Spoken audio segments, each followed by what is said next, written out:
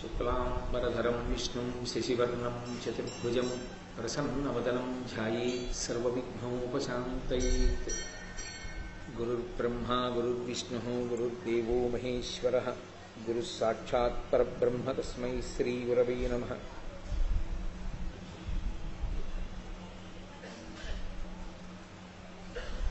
व्यासाय विष्णुरूपाय व्यासरूपाय विष्णवे नमो वै ब्रह्मनिधये वासिष्ठाय नमो नमः। कूजन्तं राम रामीति मधुरं मधुराक्षरम् आरुह्य कविताशाखां वन्दे वाल्मीकिकोकिलम्। श्रुतिस्मृतिपुराणानाम् आलयं करुणालयं नमामि भगवत्पादशङ्करं लोकशङ्करम्। वागर्धाविव सम्पृक्तं वागर्धप्रतिपत्तये जगतः पितरौ वन्दे पार्वतीपरमेश्वरौ। सूक्तिं समग्रयितुः स्वयमेव लक्ष्मीः श्रीरङ्गराजमहिषीमधुरैकटाक्षैः। वैदग्ध्यवर्णगुणगुम्भनगौरवैर्यां कण्डूलकर्णकुहराः कवयोधयन्ति।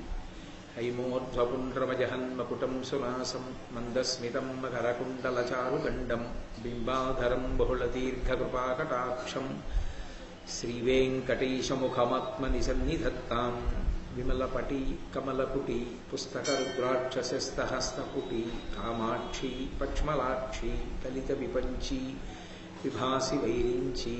मनोजवं मारुततुल्यवेगं जितेन्द्रियं बुद्धिमतां वरिष्ठं वातात्मजं वानरयूथमुख्यं श्रीरामदूतं शिरसा नमामि। आपदामपहर्तारं दातारं सर्वसम्पदां लोकाभिरामं श्रीरामं भूयो भूयो नमाम्यहम्। जयतु जयतु देवो देवकीनन्दनोऽयं जयतु जयतु कृष्णो वृष्णिवंशप्रदीपः। जयतु जयतु मेघश्यामलकोमलाङ्गो जयतु जयतु पृथ्वीः भारनाशो मुकुन्दः। नारायणं नमस्कृत्य नरं चैव नरोत्तमं देवीं सरस्वतीं व्यासं ततो जयमुदीरयेत्। हरिः ओम्। परमेश्वरस्वरूपेण सभके नमस्कारः।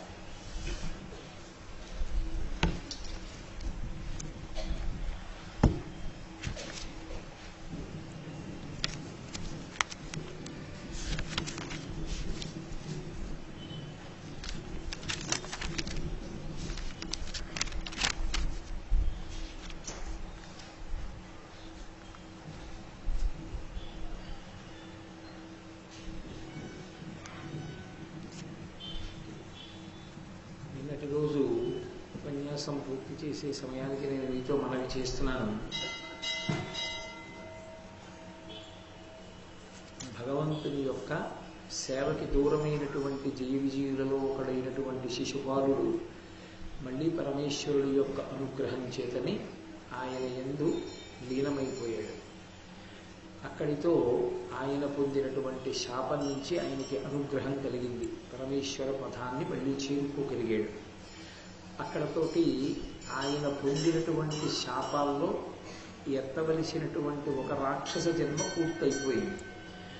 ఆ కృష్ణ భగవానుడు చేసినటువంటి వీరోచితమైనటువంటి కృత్యాన్ని చూసి ఆ సభలో ఉన్నటువంటి రాజన్యులందరూ కూడా చాలా హర్షాన్ని పొంది జయ జయ నినాదమున అవ్యయు అంబుజనాభు భువనవంద్యు ఉపేంద్రం ప్రియమున పొగడెను జనములదైన మహాధ్వనియు చలగి అతితువులంబై. ఎక్కడ చూసినా కూడా ఆ రాజన్యులందరూ చేసేటటువంటి జయ జయ నినాదముల వలన కృష్ణుడి పట్ల వాళ్ళు పలుకుతున్నటువంటి జయవాక్యముల చేత అవ్యయు అంబుజనాభ భువనవంద్య ఉపేంద్ర అని ప్రీతితో పొగడేటటువంటి జనుల యొక్క కోలాహలం, వాళ్ళు చేస్తున్నటువంటి జయ జయధ్వానాలతో ఆ ప్రాంగణం అంతా కూడా మిన్నుముట్టిపోయింది. ఆ తరువాత ఆ రాజసూయ మహాయాగం అక్కడితో పూర్తయిపోయింది. అందరూ చాలా సంతోషించారు. ఎక్కడి మహారాజులు అక్కడ సత్కారాన్ని పొంది వెళ్ళిపోయారు. భీష్మాచార్యుల వారు, ద్రోణాచార్యుల వారు, కృపాచార్యుల వారు మొదలైనటువంటి పెద్దలందరినీ కూడా ధర్మరాజు గారు దగ్గరుండి తన తమ్ములైనటువంటి అర్జున భీమ నకుల సహదేవులను తోడిచ్చి పంపించాడు. వాళ్ళందరూ కూడా వాళ్ళ వాళ్ళ ప్రదేశానికి వాళ్ళు వెళ్ళిపోయారు. కృష్ణ భగవానుడు బయలుదేరుతున్నాడు ద్వారకా నగరానికి. ధర్మరాజు గారు వెళ్ళి ఈ కార్యం అంతా నీ యొక్క అనుగ్రహం లేకపోతే జరిగి ఉండేది కాదు. ఇంతటి మహాయజ్ఞం చెయ్యగలిగాను అంటే కేవలము నీ యొక్క అనుగ్రహం చేత ఇది పూర్తయిందని కృష్ణ భగవానుడికి నమస్కరిస్తే కృష్ణుడు ఆశీర్వచనం చేస్తున్నాడు. ఒక అద్భుతమైనటువంటి ఆశీర్వచనం. నిజానికి వృద్ధిలోకి వచ్చేటటువంటి పిల్లలను ఉద్దేశించి పెద్దవాళ్ళు చెయ్యవలసినటువంటి ఆశీర్వచనం ఎలా ఉండాలో మనకి సూచన చెయ్యగలిగినటువంటి ఒక అద్భుతమైనటువంటి పద్యస్వరూపమైన ఆశీర్వచన వాక్కుని నన్నయ్య గారు మనకు అందజేశారు. సకల భూత సంఘంబు పర్జన్యం పక్షి సమితి బహుఫల వృక్షంబు అమరులింద్రు అనిశమును ఉపజీవించునట్లు బంధుజనులు నిన్నుపజీవింపమునము పేర్మి. ఆ కృష్ణ భగవానుడు అన్నాడు, సకల భూత సంఘంబు పర్జన్యుడు అంటే ఇంద్రుడు. సకల భూత సంఘములు కూడా ఇంద్రుణ్ణి ఆశ్రయిస్తాయి. ఎందుకు ఇంద్రుణ్ణి ఆశ్రయిస్తాయి అంటే ఇంద్రుడు వర్షమునకు అధిదేవత. ఆ ఇంద్రుడు అనుగ్రహిస్తే వర్షం పడుతుంది. వర్షమే సమస్తమైనటువంటి ధర్మమునకు ఆధారం. వర్షము బ్రతకడానికి ఆధారం కాదు, కేవలము బ్రతకడానికి ఆధారము అంటే అప్పుడు ఉన్నతి అన్న మాట అర్థం లేకుండా పోతుంది. కేవలం తినడమే ప్రపంచానికి ప్రధానమైనటువంటి లక్ష్యమైతే తినడం దేనికి అంటే ఆయుర్దాయం పూర్తయ్యే వరకు తింటూ ఉండడానికి. ఆయుర్దాయం పూర్తయ్యే వరకు తింటూ ఉండడం వల్ల వచ్చే ప్రత్యేకమైన ప్రయోజనమే ఉండదు. తినడం కోసం బ్రతకడం కాదు, బ్రతకడం కోసం తినడం కాదు.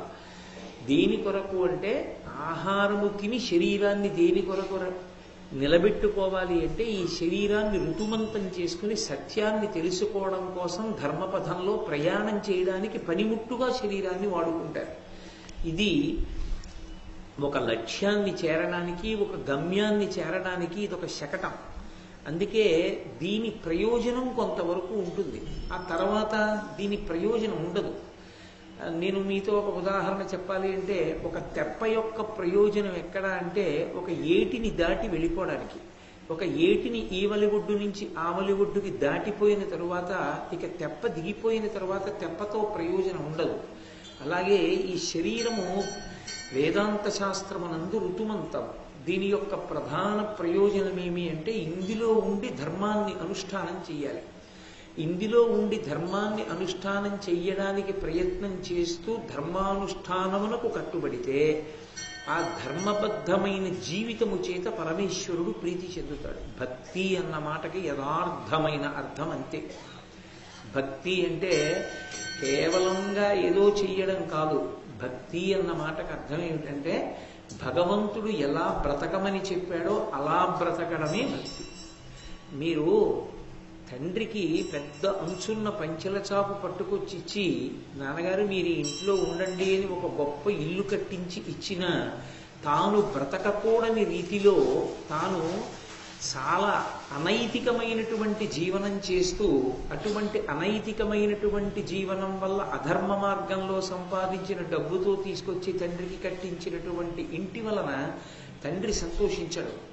తండ్రి ఎలా బ్రతకమన్నాడో అలా నీతి నిజాయితీలతో బతుకుతూ మీరు కేవలం బెత్తెడు అంచున్న పంచెల చాపు పట్టుకొచ్చి తండ్రికి ఇచ్చినా తండ్రి మురిసిపోతాడు.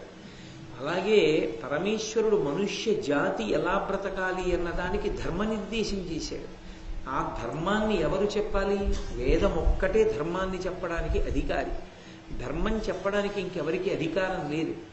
ఆయన ధర్మం చెప్పాడండి అని ఎప్పుడంటారంటే ఆయన వేదాంతర్గతమైన ధర్మాన్ని చెప్తే, అంతేకాని తన నోటికి వచ్చినది చెప్పినది ధర్మం కాదు. వేదంలో చెప్పిన దాన్ని ఎవరు చెప్పారో వాడు ధర్మం చెప్పాడని గుర్తు తప్ప ఈనాటి పరిస్థితులకి ఇది సౌకర్యంగా ఉంటుందండి అందుకని ఇది ధర్మం అండి అంటే కుదరదు. వేదంలో ఏముందో అదే ధర్మం. ఆ ధర్మాన్ని అనుష్ఠించడానికి ఓ ఉపకరణం కావాలి. ఆ ఉపకరణం లేకపోతే అనుష్ఠానం కుదరదు. అలా అనుష్ఠానం చెయ్యడానికి ఇవ్వబడినటువంటి ఉపకరణము శరీరం. నేను మీతో ఇంకా బాగా చెప్పాలి అంటే ఏదో పరోపకారం చెయ్యాలి. పరోపకారం ఎలా చేస్తారు? మానసికంగా నేను చేసి పెట్టానండి ఆయనకంటే కుదరదు. ఆయన ఆకలిస్తోందండి ఆయనకి, నేను పట్టాడు అన్నం నా చేతితో పెట్టలేదు కానీ నా మనసుతో ఆయనకి నేను పంచభక్ష పరమాన్నాలు పెట్టానండి అంటే కుదరదు. అది ధర్మానుష్ఠానమునకు శరీరం ఉండాలి. ఈ శరీరంతో నేను ఒక్క కాయో పండో పట్టెడు అన్నమో కాసిని మంచినీళ్ళు ఇచ్చాననుకోండి, నేను ధార్మికంగా బ్రతికాను అని గుర్తు. ఆ ధార్మిక జీవనమునకు శరీరం ఉండాలి. ఈ ధార్మిక జీవనమునకు ఉన్నటువంటి శరీరము ధర్మానుష్ఠానం చెయ్యాలి అంటే నీళ్లు ఉండాలి. అందుకు నీళ్లు ఎందుకు అవసరం అవుతాయి అంటే, నీళ్లు లేకపోతే ధర్మం నిలబడదు. ఎందుకు నిలబడదు? ఓ పూజ చెయ్యాలి, ఓ యజ్ఞం చెయ్యాలి, ఓ దేవాలయ ప్రవేశం చెయ్యాలి, ఓ పెద్దల దగ్గరికి వెళ్ళి వారికి నమస్కరించాలి, స్నానం చెయ్యాలి. స్నానానికి నీళ్లు లేవు, ఎలా? పోని విభూతి చల్లుకుంటానండి. అర్ఘ్యం ఎలా ఇస్తారు? అర్ఘ్యం ఇవ్వడానికి నీళ్లు ఉండాలా వద్దా? ఆచమనం చెయ్యాలంటే నీళ్లు ఉండాలా వద్దా?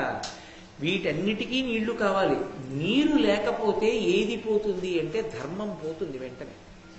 ధర్మము లుప్తమైన నాడు అసలు జీవితం అనేటటువంటి మాటకి అర్థం లేదు. ఇంకా ధర్మమునందే సువ్యవస్థితమై ఉంటుంది ప్రపంచమంతా. ఆ ధర్మం నిలబడాలి అంటే నీళ్లు కావాలి. ఆ నీళ్లు కావాలి అంటే దాన్ని ఇచ్చేటటువంటి వానికి పర్జన్యుడని పేరు. పర్జన్యుడు అంటే మెరుపులతో ఉరుములతో పెద్ద గాలితో వర్షాన్ని కురిపిస్తాడు. దానికి అధికారి అయిన వాణ్ణి పర్జన్యుడు అంటారు. దానికి అధికారి దేవేంద్రుడు. ఆ దేవేంద్రుణ్ణి కోరి సేవించి ఆయన చుట్టూ ఉంటాయి భూత సంఘములన్నీ. సమస్త ప్రాణులు నీటి కొరకు అల్లల్లాడతాయి. అందుకే అన్ని భూతములు దేని మీద ఆధారపడతాయంటే నీటి మీద ఆధారపడతాయి. ఆ నీరిచ్చేవాడు ఇంద్రుడు. కాబట్టి సకల భూత సంఘంబులు పర్జన్యు ఇంద్రుణ్ణి ఎలా ఆశ్రయిస్తాయో అలా. అంటే దాని ఉద్దేశం పైకి బ్రతికించడం కాదు, సార్వభౌముడిగా ధర్మాన్ని బ్రతికించాలి. అలా ధర్మాన్ని బ్రతికించడానికి నోటితో చెప్పడం గొప్ప కాదు, అనుష్ఠించడం గొప్ప. నేను నోటితో ఎన్ని ప్రవచనాలైనా చెయ్యొచ్చు. పరోపదేశ వేళాయాం సర్వే వ్యాసపరాశరాహ. ఇంకొకటికి చెప్పమంటే ప్రతివాడు వ్యాసుడు పరాశరుడే. నేను అనుష్ఠించడం దగ్గరికి వచ్చేటప్పటికి నేను అనుష్ఠించగలిగితేనే దీని మీద కూర్చునే సాహసం చెయ్యాలి. నేను అలా అనుష్ఠించలేననుకుంటే దీంట్లో కూర్చుని ఉపన్యాసం చెప్పడం కన్నా ఇంకా పూనికతో నేను ముందు అనుష్ఠానానికి పదును పెట్టుకోవడం చాలా చాలా మంచిది. నేను ఏమీ పాటించకుండా ఇందులో కూర్చుని ప్రవచనం చేయడం కన్నా కూడా అసహ్యకరమైన విషయం లోకంలో ఇంకొకటి ఉండదు. కాబట్టి అనుష్ఠించినదేదో అది ధర్మం. ఆ ధర్మం అనుష్ఠింపబడాలంటే ధర్మం చెప్పేవాడు ఉండాలి, ధర్మాన్ని అనుష్ఠించేవాడు ఉండాలి. ధర్మం చెప్పేవాడు ఎంత అవసరమో ఆ చెప్పేవాడు ధర్మాన్ని అనుష్ఠించేవాడై చెప్తున్నాడు అనుకోండి, లోకానికి ఒక మర్యాద ఉంటుంది, ఒక గౌరవం ఉంటుంది. ఆయన చెప్పాడంటే ఆయనకి అధికారం ఉందండి, ఆయనకి ఆ మర్యాద ఉంది, ఆయన చెప్పడానికి అర్హుడు. కాబట్టి ఆయన అలా చెప్పచ్చు. ఆయన కఠినంగా చెప్పినా ఆయన దానికి అర్హుడే, ఆయన అలా బ్రతుకుతున్నాడు కనుక అనిపించుకుంటాడు. కాబట్టి సకల భూత సంఘంబులు పర్జన్యునాశ్రయించినట్లు అన్న మాటకు అర్థం కేవలము పోషణార్థము కాదు, ధర్మము నిలబడాలి. ధర్మము నిలబడడానికి నీ దేశంలో ఎవరో ఆదర్శవంతులవడం కాదు, ముందు ప్రభువు ఆదర్శవంతుడవ్వాలి. అలా నువ్వు బ్రతకగలిగిన వాడి వగుదువుగాక. పక్షి సమితి బహుఫల వృక్షంబు. పక్షులు వృక్షాలను ఆశ్రయించి ఉంటాయి. వృక్షాలని ఆశ్రయించడము అనేటటువంటి మాటకు అర్థం రెండు రకాలుగా ఉంటుంది.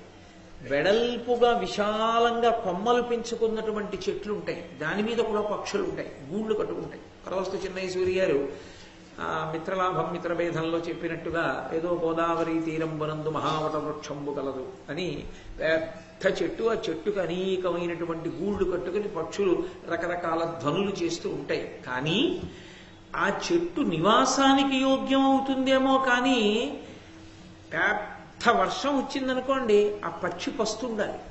ఎందుకంటే విశేషమైన గాలి వేస్తూ వర్షం పడుతున్నప్పుడు పక్షులు ఎగరడం కనపడదు మీకు, ఎగరవు. అవి కూడా బిక్కు బిక్కు బిక్కు బిక్కుమంటూ కూర్చుంటాయి కొమ్మ మీద. అది పళ్ళున్న చెట్టు అనుకోండి, పళ్ళు కాయలు ఉన్న చెట్టు. ఇప్పుడు అక్కడే గూడుంది, వాన పడినా దానికి అన్నం ఉంది, అది ఎక్కడికో వెళ్ళక్కర్లేదు. అలా నువ్వు ఉండాలి ధర్మరాజా. నిన్ను ఆశ్రయించినప్పుడు ఏవో కొన్ని కోరికలే ప్రభువు తీర్చగలడు అన్నవాడివి కాకూడదు. ప్రభువు అనేటటువంటి వాడు ఎటువంటి వాడు అయి ఉండాలంటే ఆయన తీర్చలేని కోరిక ఉండకూడదు. ఏ కోరికనైనా తీర్చగలిగిన శక్తి దేని వల్ల వస్తుంది? ధర్మానుష్ఠానం వలన వస్తుంది. అందుకే నీ యందు ధర్మము నిలబడుగాక అంతర్లీనం. కాబట్టి పక్షి సమితి బహుఫల వృక్షంబు అమరులింద్రు, దేవతలందరూ కూడా ఇంద్రుణ్ణి ఎలా ఆశ్రయిస్తారో అలా, అక్కడ వర్షాధిదేవతను అనుకోండి, అప్పుడు ఇక్కడ ఇంద్రుణ్ణి ఆశ్రయించినట్లు అనిశమును ఉపజీవించునట్లు బంధుజనులు నిన్ను ఉపజీవింప మనుము పేర్మి. వీళ్ళందరూ వాటిని ఎలా ఆశ్రయిస్తారో అలా బంధుజనులందరూ కూడా నిన్ను ఆశ్రయించి సంతోషంగా జీవనం చేసేటట్టుగా, అంటే 10 మందికి పనికొచ్చేవాడివై నీకోసం నువ్వు బతికేవాడివి కాకుండా 10 మంది కోసం బ్రతకగలిగినటువంటి వాడివై వర్ధిల్లెదవుగాక అని శ్రీకృష్ణ భగవానుడు ధర్మరాజుకు ఆశీర్వచనం చేశాడు. ఇందులో గమ్మత్తు ఏమిటంటే, కృష్ణ భగవానుడు వెళ్ళిపోయాడు ద్వారకా నగరానికి, భీష్మాచార్యుల వారు వెళ్ళిపోయారు, ద్రోణాచార్యుల వారు వెళ్ళిపోయారు, కృపాచార్యుల వారు వెళ్ళిపోయారు, మిగిలిన మహారాజులందరూ వెళ్ళిపోయారు. వెళ్ళని వాళ్ళు ఇద్దరే ఉన్నారు. ఒకడు దుర్యోధనుడు, ఒకడు శకుని. వీళ్ళిద్దరే ఉన్నారు. ఎందుకున్నారు వాళ్ళిద్దరూ అంటే, వాళ్ళకొక తీవ్రమైన కోరిక మిగిలిపోయింది. ఆ మయసభ యొక్క సౌందర్యం, మయసభ యొక్క వైభవాన్ని చూశాడు దుర్యోధనుడు. విపరీతంగా ఆకర్షింపబడ్డాడు. ఆ మయసభా ప్రాంగణాన్నంతటినీ కూడా తాను తనివి తీరా చూడాలనుకున్నాడు. అందుకని అందరూ వెళ్ళిపోయినా వాళ్ళిద్దరూ మాత్రం ఉండిపోయారు. వాళ్ళిద్దరే ఉండిపోయారు అన్న మాట వెనక వ్యాసుని యొక్క హృదయం వేరు. మీరు దాన్ని జాగ్రత్తగా పట్టుకోవాలి. జరగబోయేటటువంటి ప్రమాదాన్నంతటినీ కూడా సూచిస్తున్నారు. ఏదైనా ఊరెళ్ళామనుకోండి, ఒక 500 మందిని కలిసి, నేను ఒక్కడినే ఇంకొక 2 రోజులు ఉండవలసి వచ్చింది అనుకోండి, మా 500 మందిలో ఎవరినైనా ఒక్కరిని మీతో ఉంచుకోండి సహాయంగా. ఒక్కరే ఉండడం ఎందుకు? ఒకరు ఉంచుకోండి, ఎవరైనా ఉంటాం 500 మందిలో అన్నారనుకోండి, నేను ఎవరిని ఎంచుకున్నాను అన్న దాన్ని బట్టి నా జీవన విధానం అర్థమవుతుంది. Tell me your friends, I will tell you what you are అని ఇంగ్లీష్లో ఒక ప్రొవెర్బ్. నేను ఎవరిని ఎంచుకుంటాను అన్నదాన్ని బట్టి నా మనసు ఎటువంటిది అన్నది అర్థమైపోతుంది. నేను ఒక ధార్మికుణ్ణి, నా కార్యక్రమాన్ని భంగం చెయ్యని వాణ్ణి, నన్ను అనువర్తించేవాణ్ణి, నా కార్యక్రమం నేను చేసుకునేటటువంటి పనుల మీద భక్తి ప్రపత్తులు ఉన్నవాడిని నేను ఎంచుకున్నాను అనుకోండి, ఆయన తన కార్యమునందు నిబద్ధత కలిగిన వాడు. అందుకే తన కార్యమునకు భంగము కానివాడిని ఎంచుకున్నాడు అని అర్థమవుతుంది. ఉన్న దగ్గర నుంచి నా బుద్ధి పాడు చేసేవాడిని ఎంచుకున్నాను అనుకోండి, అంటే నాకు కూడా ఎక్కడో అతను చెప్పేటటువంటి మాటల పట్ల అంతర్లీనంగా అనురక్తి ఉంది కాబట్టే నేను దగ్గర పెట్టుకున్నాను. పెట్టుకోకపోతే అతను నాకు ఎలా దగ్గరవుతాడు? అవలేడు. చూడండి, కొన్ని పళ్ళు ఉంటాయి, పైకి చాలా బాగుంటాయి. మీరు ఇలా విప్పి చూశారనుకోండి, లోపల ఎర్రగా ఇంతంత పురుగులు పట్టు ఉంటాయి. ఆ పురుగు ఎలా వెళ్ళింది లోపలికి? పండు అవకాశం ఇచ్చింది. పండు అవకాశం ఇవ్వని నాడు పండుకి సూక్ష్మరంధ్రం ముందు ఏర్పడింది ఎక్కడో. ఆ సూక్ష్మరంధ్రంలోంచి పురుగు లోపలికెళ్ళింది. లోపలికెళ్ళి ఆ పండులో ఉన్న గుజ్జు తినే అంత పెద్దదైంది ఆ పురుగు. పైన మళ్ళీ బెజ్జం మూసుకుపోయింది, కానీ లోపలి పురుగు బతకడానికి అవకాశం ఇస్తున్నది మాత్రం పండే. లేని నాడు ఆ పురుగు లోపల ఉండలేదు. మీరు అవకాశం ఇవ్వని నాడు మీ పక్కన దుర్మార్గులు కూర్చోలేదు. ఒకవేళ ఏదో కారణం చేత వాడు వచ్చి పక్కన కూర్చున్నా మీకు సంగం కుదరదు. మీరు వాడిని అంటి ఉండడు. వాడి బుద్ధి తెలియగానే మీరు దూరం అయిపోతారు. విడిచిపెట్టేయాలంతే, దగ్గరికి చేర్చకూడదు. ఇంకా ప్రమాదం. ఎందుకంటే మీ బుద్ధిని, మీ ప్రశాంతతని పాడు చేసేస్తారు వాళ్ళు. ఒక్క మాట చాలు పట్టుకోవడానికి. ఒకసారి మీరు పట్టుకున్న తర్వాత ఏ కారణానికి ఇక దగ్గరికి తీయకూడదు, విడిచిపెట్టేసేది. ఎందుకంటే వాళ్ళు అశాంతికారకులు, ప్రమాదకరమైన వ్యక్తులు. కడుపులో ఉండే ఆలోచనలు వేరు. ఎక్కడో ఒక్క మాటలో బయటపడతారు, చాలు దూరంగా పెట్టడమే, ఇక దగ్గరికి రానివ్వకూడదు. కానీ దగ్గరికి రానిస్తే పండుని తిన్న పురుగుల తినేస్తాడు. నీదే తప్పు, రానిచ్చావు కాబట్టే తినగలిగాడు, లేకపోతే తినలేడు. అంతమంది వెళ్ళిపోతే దుర్యోధనుడితో ఉండడానికి శకుని ఎందుకున్నాడు? శకుని అన్న మాటకు అర్థం ఏంటంటే పక్షి, పక్షి అని అర్థం. శకుని పక్షి అయితే లోకంలో ఎన్నో పక్షులు ఉన్నాయి, శుభప్రదమైన పక్షులు కూడా ఉన్నాయి. కోయిల ఉంది, కోయిల చక్కటి మధురమైన గీతం పాడుతుంది. పాలపెట్టు ఉంది, శుభప్రదమైనటువంటి దర్శనం కలిగినటువంటి పిట్ట. శకుని పక్షి. శకుని పక్షి అయితే శకుని ఏ పక్షి తెలుసుకోవాలంటే శకుని కొడుకు పేరు తెలుసుకుంటే చాలు. శకుని కొడుకు పేరు ఉలూకుడు, అంటే గుడ్లగూబ. కొడుకు గుడ్లగూబ అయితే తండ్రి ఎవరు? తండ్రి గుడ్లగూబే. గుడ్లగూబలు ఇంట్లో చేరితే ఇల్లు ఏమవుతుంది? సర్వనాశనం అవుతుంది. శకునిని దుర్యోధనుడు దగ్గర పెట్టుకున్నాడు. అంతమంది వెళ్ళిపోయిన తన ఊళ్ళో తానుండగా తనతో పాటు ఉన్నాడు వేరు. అందరూ వెళ్ళిపోయినా, తన తమ్ముళ్ళు కూడా వెళ్ళిపోయినా శకుని దగ్గర ఉన్నాడు. ఏ అవసరానికి ఉన్నాడు? అటువంటి దురాలోచన ఉన్న గుడ్లగూబకి ఇంట్లో ఆశ్రయం ఇచ్చాడు కాబట్టి ఆ ఇల్లు సర్వనాశనం అవుతుంది. ఈ సూచన. అందరూ వెళ్ళిపోయినా మైసభని చూడ్డానికి శకుని ఎందుకు ఉండాలి పక్కన? అదే కొంప ముంచేసింది భారతానికి. ఆ ఒక్క మాట చాలు. భారతాన్ని జాగ్రత్తగా పరిశీలనం చేస్తే ఏ వ్యక్తి ఎవరితో సంగమును పొంది ఉన్నాడు, ఎవరితో కూడి ఉన్నాడు, అదే అవతల వాణ్ణి సర్వనాశనం చేస్తుంది. ఎంత పనికి మాలినటువంటి ఏగైనా మహారాజు గారి కిరీటం మీద వాలి ఉన్నంతసేపు దాన్ని కొట్టగలిగిన వాడు లేడు. ఎందుచేత అంటే సంగము వలన వచ్చిన ప్రయోజనం మహారాజు గారి కిరీటం మీద కూర్చుంది. అదే ఈగ శ్లేష్మ మీద వాలి ఎగిరి వస్తుంటే ఇలా చేత్తో కొట్టేస్తారు, దగ్గరికి రానివ్వరు. దానికి పూజనీయత లేదప్పుడు. ఒక పుష్పహారం పరమేశ్వరుడి మెడలో ఉన్నది తీసి చేతికిస్తే కళ్ళకద్దుకుని తల మీద పెట్టుకుంటారు. ఒక శవానికి వేసిన పుష్పహారం జారి కింద పడితే కాలుతో కూడా తొక్కరదని. రెండూ పుష్పహారాలే. దేనితో కూడిందా అన్నదాని వల్ల వస్తోంది ప్రయోజనం. ఇనుము తనంత తాను గొప్పది, కఠినమైనది. అగ్నితో కూడితే 10 కాలాలకి పనికొచ్చేటట్టుగా వంగి కిటికీ ఊచవుతుంది. అదే ఇనుము వాన నీటితో కూడితే లేదా నీటితో కూడితే తుప్పట్టి విరిగిపోతుంది. ఇంత ఇనుము కూడా ఎవరితో కూడావన్న దాన్ని బట్టి అభ్యున్నతి కానీ పతనం కానీ ఆధారపడతాయి.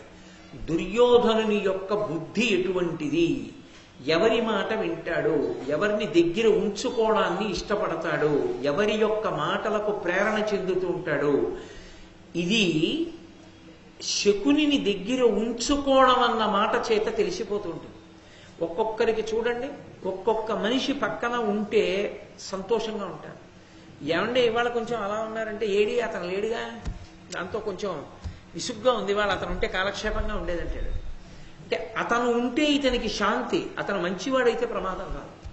వాడు దుర్మార్గుడు అనుకోండి, ఈ సంఘం ప్రమాదాన్ని తీసుకొస్తుంది, పాడు చేసేస్తుంది. పతనమైపోతాడనడానికి ఇంకా ఇంతకన్నా ప్రమాణవాక్కు అక్కర్లేదు. కాబట్టి శకునిని ఉంచుకుని తనతో ఆయన మయసభనంతటినీ కూడా చూడాలి అని కోరుకున్నాడు. మయసభని చూడాలి అని కోరుకున్నాడు అనుకోండి. అంత ఆదరించినటువంటి ధర్మరాజు గారిని నేను ఇవాళ మయసభా ప్రాంగణం అంతా చూడాలనుకుంటున్నాను, ఎక్కడే ఉన్నాయో చూడడానికి నాకు ఒక సహాయకుణ్ణి పంపించు అని అడిగాడు అనుకోండి. పంపడా ధర్మరాజు? పంపుతాడుగా. ధర్మరాజుని ఒక సహాయకుణ్ణి అడిగి ఉండుంటే ఆ సభలో ఎక్కడ ఏముందో తెలుసుకోవడానికి తలకి బొప్పెందుకు కడుతుంది? నీళ్లు లేని చోట నీళ్లున్నాయనుకుని ఎందుకు తలపడతాడు? నీళ్లు ఉన్న చోట లేవనుకుని అందులో ఎందుకు దిగి భ్రంశపడతాడు? ఎందుకు పొరపడతాడు? అంటే ఎంతటి అహంకారగ్రస్తుడో మీరు దాన్ని బట్టి అర్థం చేసుకోవచ్చు. ఒక సభని చూడ్డానికి నేను అడగడం ఏంటి ధర్మరాజుని? నేను చూడలేనా? నాకు తెలీదా? మాకు తెలియవా? మాకు లేవా ఇలాంటి సభలో? ఆంతరమునందు మనకి లేదిటువంటి సభ, అందుకే ఉన్నాడు. అది చూడాలి. అది చూడాలని ఉన్నవాడు చూడడానికి మనిషినిమ్మని మాత్రం అడగడం. ఎందుకు అడగడంటే ఆభిజాత్యం, అహంకారం. ఇంతటి అహంకారం పక్కన చెడు మాటలు చెప్పగలిగిన వాడితో కలుస్తోంది. మయసభలో కలిసింది అంటే ఇలా కలిసిన వాళ్ళిద్దరూ రేపొద్దున్న ఎంత ప్రమాదాన్నైనా తీసుకొస్తారు. వాళ్ళ ప్రమాదం వెనక ఇతరుల యొక్క ప్రమాదం కూడా పొంచి ఉంటుంది.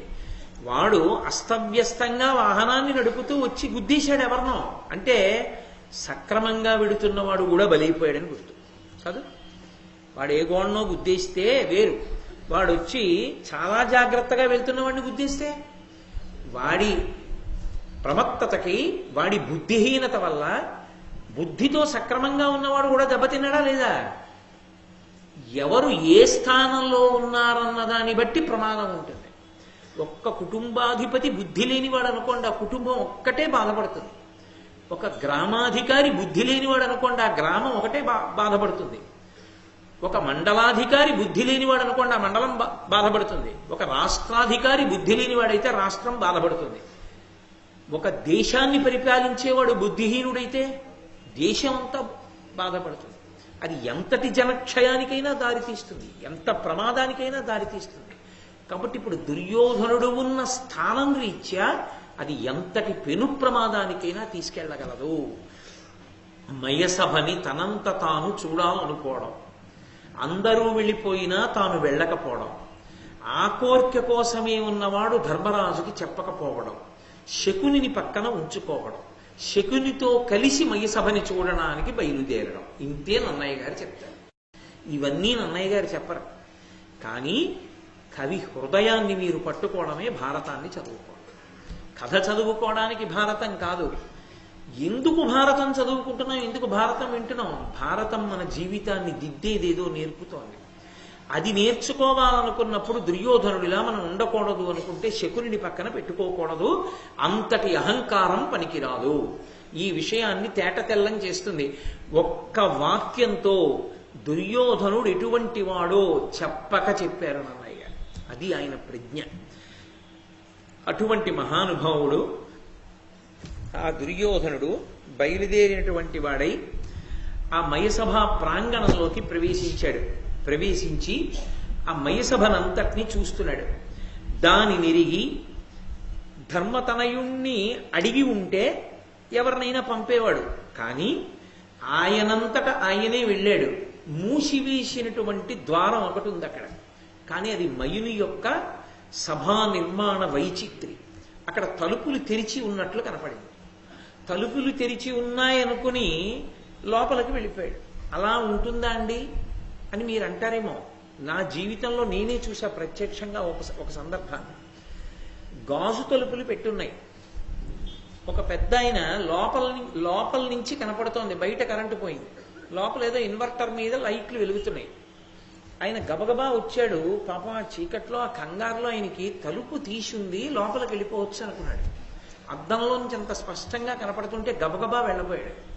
ఆ అద్దాలు గుద్దుకుని ఆ తలకి తగిలి నెత్తురు కారి ఆ గాజు పింకుల్లోనే పడిపోయి ఆయన స్పృహ తప్పాడు. ఎంతో నెత్తురుపోయింది. నాకే తెలుసు జీవితంలో అటువంటి సందర్భం ఒకటి. మనమే అంత పొరపాటు పడుతుంటాం కదా. అందుకే కదా ఒక్కొక్కసారి తలుపు ముందుకు తొయ్యాలా వెనక్కి తొయ్యాలా అన్నది కూడా అనుమానం ఉంటుంది. పుల్లు పుష్షు అని రాస్తుంటారు. ఆ పుల్లు పుష్షుకి అర్థం తెలియకపోతే పుల్కి పుష్ చేసినా పుష్కి పుల్ చేసినా ప్రమాదమే. కాబట్టి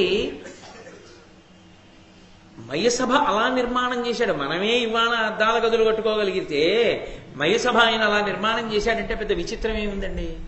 కాబట్టి దారి ఉంది, వెళ్ళిపోవచ్చు అనుకుని దుర్యోధనుడు గబగబా వెళ్ళిపోయాడు. కానీ దారి లేదు, మూసివేయబడి ఉంది. ఆ తలకి కొట్టుకుంది. కొట్టుకోవడం ఏంటి, తల బొప్పి కట్టి కొద్దిగా నెత్తురోడింది. ఆయనకి తనకి దెబ్బ తగిలిందని బాధ కాదు, రెండు బాధలు ఉన్నాయి.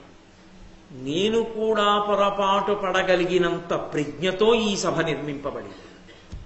రెండు, ధర్మరాజు సభ నన్ను కొట్టింది, ఎవరూ చూడలేదు కదా, అదొకటి. ఇప్పుడు ఎవరు చూడలేదు, అయిపోయింది అక్కడికి. అలా ముందుకెళ్ళాడు. నేను మొట్టమొదటి రోజు మీతో మనవి చేశా కదా, ఇంద్రనీలమణులతో నీరు సృష్టించాడు ఆయన ఆ కాంతి చేత. అది నీటి మడుగు అనుకున్నాడు. అనుకుని అందులో కాలు పెడితే కాలు బట్ట తడిసిపోతాయనుకుని పంచ పైకెత్తి పట్టుకుని జాగ్రత్తగా దిగాడు. అది సరోవరం కాదు. అరే ఎవ్వరూ లేరు కదా ఇక్కడ అనుకున్నాడు. మళ్ళీ ఇబ్బంది పడ్డాడు కదా, మళ్ళీ బాధపడ్డాడు. ఇంకొంచెం ముందుకు వెళ్ళాడు. పక్కనే ఉన్నాడు శకుని, చూస్తున్నాడు. ఇంకొంచెం ముందుకెళ్ళాడు. స్ఫటికమణిల కాంతులు నీటిని కప్పేశాయి. అందుకని నీరు లేదనుకున్నాడు. అనుకుని గబగబా నడిచాడు. అది నీటి మడుగు, అందులో పడిపోయాడు. అందులో పడిపోయినప్పుడు ఆ బట్టలు తడిసిపోతే తెలుగు భారతం ప్రకారంగా అయితే పాండవులు ద్రౌపదీదేవి కూడా ఆ పక్కన ఎక్కడో ఉన్నారు.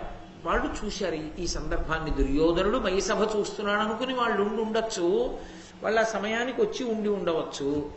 ఈయన పడిపోయి బట్టలు తడుపుకున్న సందర్భాన్ని చూశారు. వాళ్ళు చూసి నవ్వారని ఉంది. ద్రౌపదీదేవి కూడా నవ్వింది, నవ్వారు. అయితే నవ్వడం అనేటటువంటిది అన్ని వేళలా అవతల వారిని హేళన చేయడానికే నవ్వినది అయి ఉండి ఉండకపోవచ్చు. మయుడు ఎంత గొప్పగా కట్టాడరా, మామూలు వాడు పడిపోయాడంటే అర్థం ఉంది. ఇంతటి మహారాజు, ఇన్ని తెలుసున్న దుర్యోధనుడు కూడా పడిపోయాడా అని చమత్కారానికి నవ్వుండొచ్చు. కానీ నేను సమర్థించే ప్రయత్నం చెయ్యట్లేదు, కానీ దాన్ని స్వీకరించే హృదయం యొక్క సంస్కారం మీద ఉంటుంది. కొందరు చక్కగా తేలిగ్గా తీసుకుంటారు విషయాల్ని, అక్కడ ఉన్న బంధుజనుల మధ్యలో దాన్ని అలా తీసుకుంటారు. కొందరు కొన్ని చిన్న సన్నివేశాలని చాలా తీవ్రమైన స్థాయికి తీసుకెడతారు.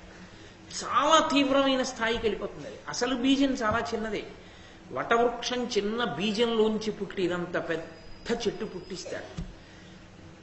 ఇది చూసి అతను ఖిన్నుడయ్యాడు. వీళ్ళు నవ్వారు.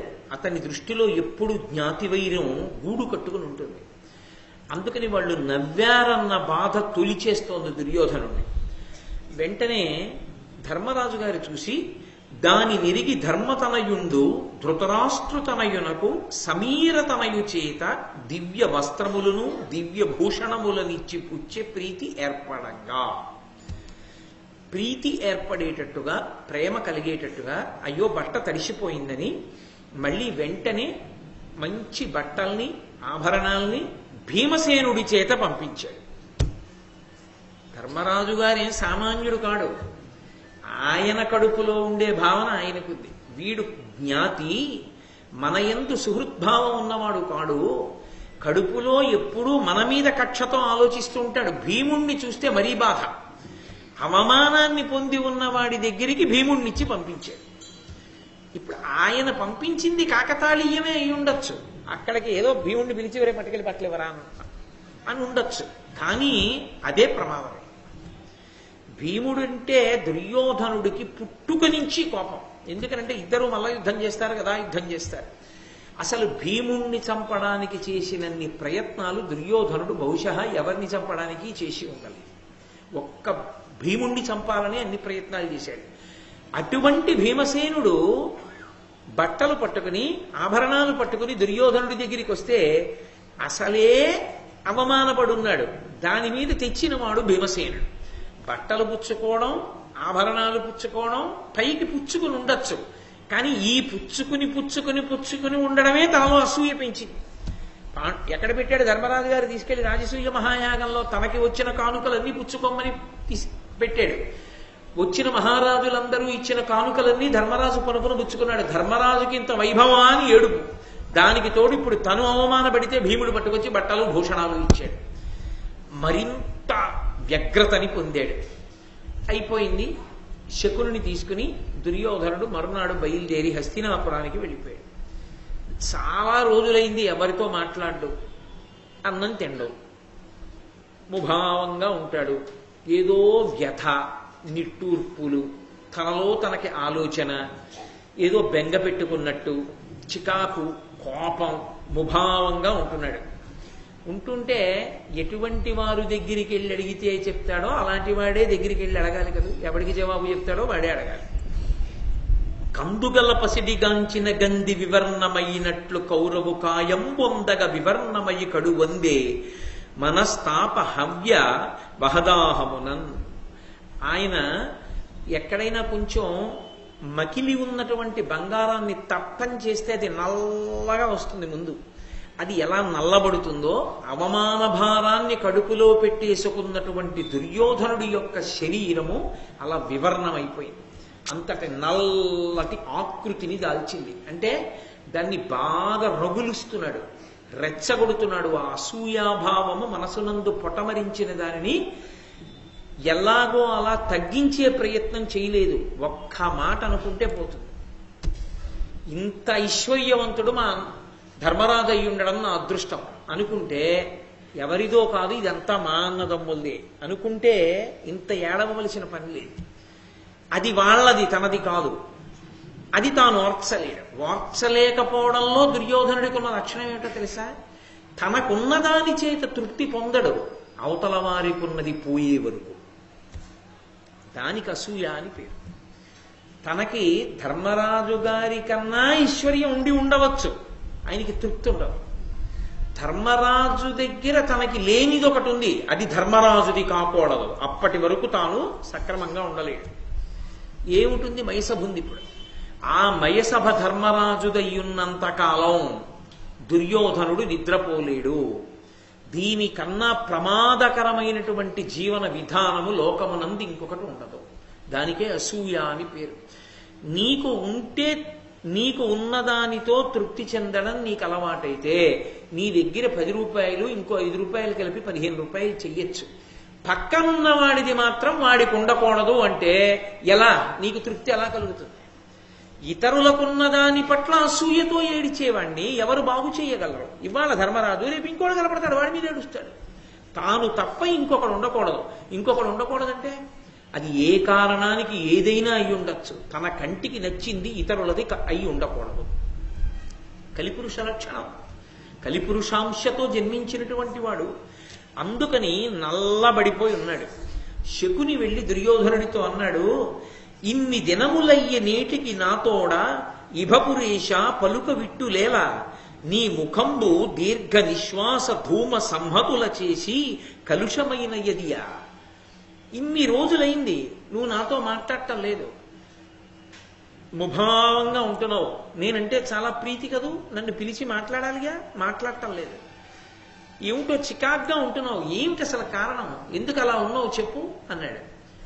తనకి అత్యంత ప్రీతిపాత్రుడైన వాడికే చెప్తాడు ఆ కారణం. అందుకని శకునితో చెప్తున్నాడు, నీవు నిజూచి అట్టి సభనేని వినంబడ దేయుగంబులన్ భూవలయంబులో నది అపూర్వము సర్వమనోజ్ఞమిష్ట భోగామహమిక్రియంబడశనయ్య మహాత్ముడు దాననేమి సంభావిత భాగ్యుడయ్యను ప్రభాకర తేజుడు ధర్మజుండిలన్. నీవును చూచితివి అట్టి సభనేని వినంబడ దేయుగంబులన్. నువ్వు చూశావు. అక్కడ మొదలుపెట్టాడు. నేనే కాదు చూసింది, నువ్వు చూశావు. మామయ్య మేనమామ కదూ, గాంధారి తమ్ముడు, నువ్వు చూశావు. అసలు అలాంటి సభ ఏ యుగంలోనైనా ఉందా? ఎవరి దగ్గరైనా? ఈ భూవలయంబులోనది అపూర్వము. ఈ భూమండలంలోనే ఆ సభ అపూర్వం. అది సర్వమనోజ్ఞ ఇష్ట భోగామహ మేక్రియంబడశనయ్య. ఇంత గొప్ప సభ ధర్మరాజు ఎలా పొందాడు? మహాత్ముడు దాననేమి సంభావిత భాగ్యుడయ్యను ప్రభాకర తేజుడు ధర్మజుండిలం. సూర్యుని వంటి కాంతి కలిగినటువంటి ఆ ధర్మరాజు ఆ మయసభని ఎలా పొందాడయ్యా? ధర్మం చేత పొందాడు. శరణాగత వత్సలుడైన అర్జునుని యొక్క క్షాత్రధర్మం చేత పొందాడు ప్రత్యుపకారంగా మయుని దగ్గర. ఆ విషయాన్ని ఆలోచించాడు. అది దాని జోలికి వెళ్ళాడు. వాళ్ళు ధర్మాత్ములంటే ఒప్పుకోడు. కాబట్టి ఇంత గొప్ప సభ వాళ్లకుంది, అది నేను చూశాను.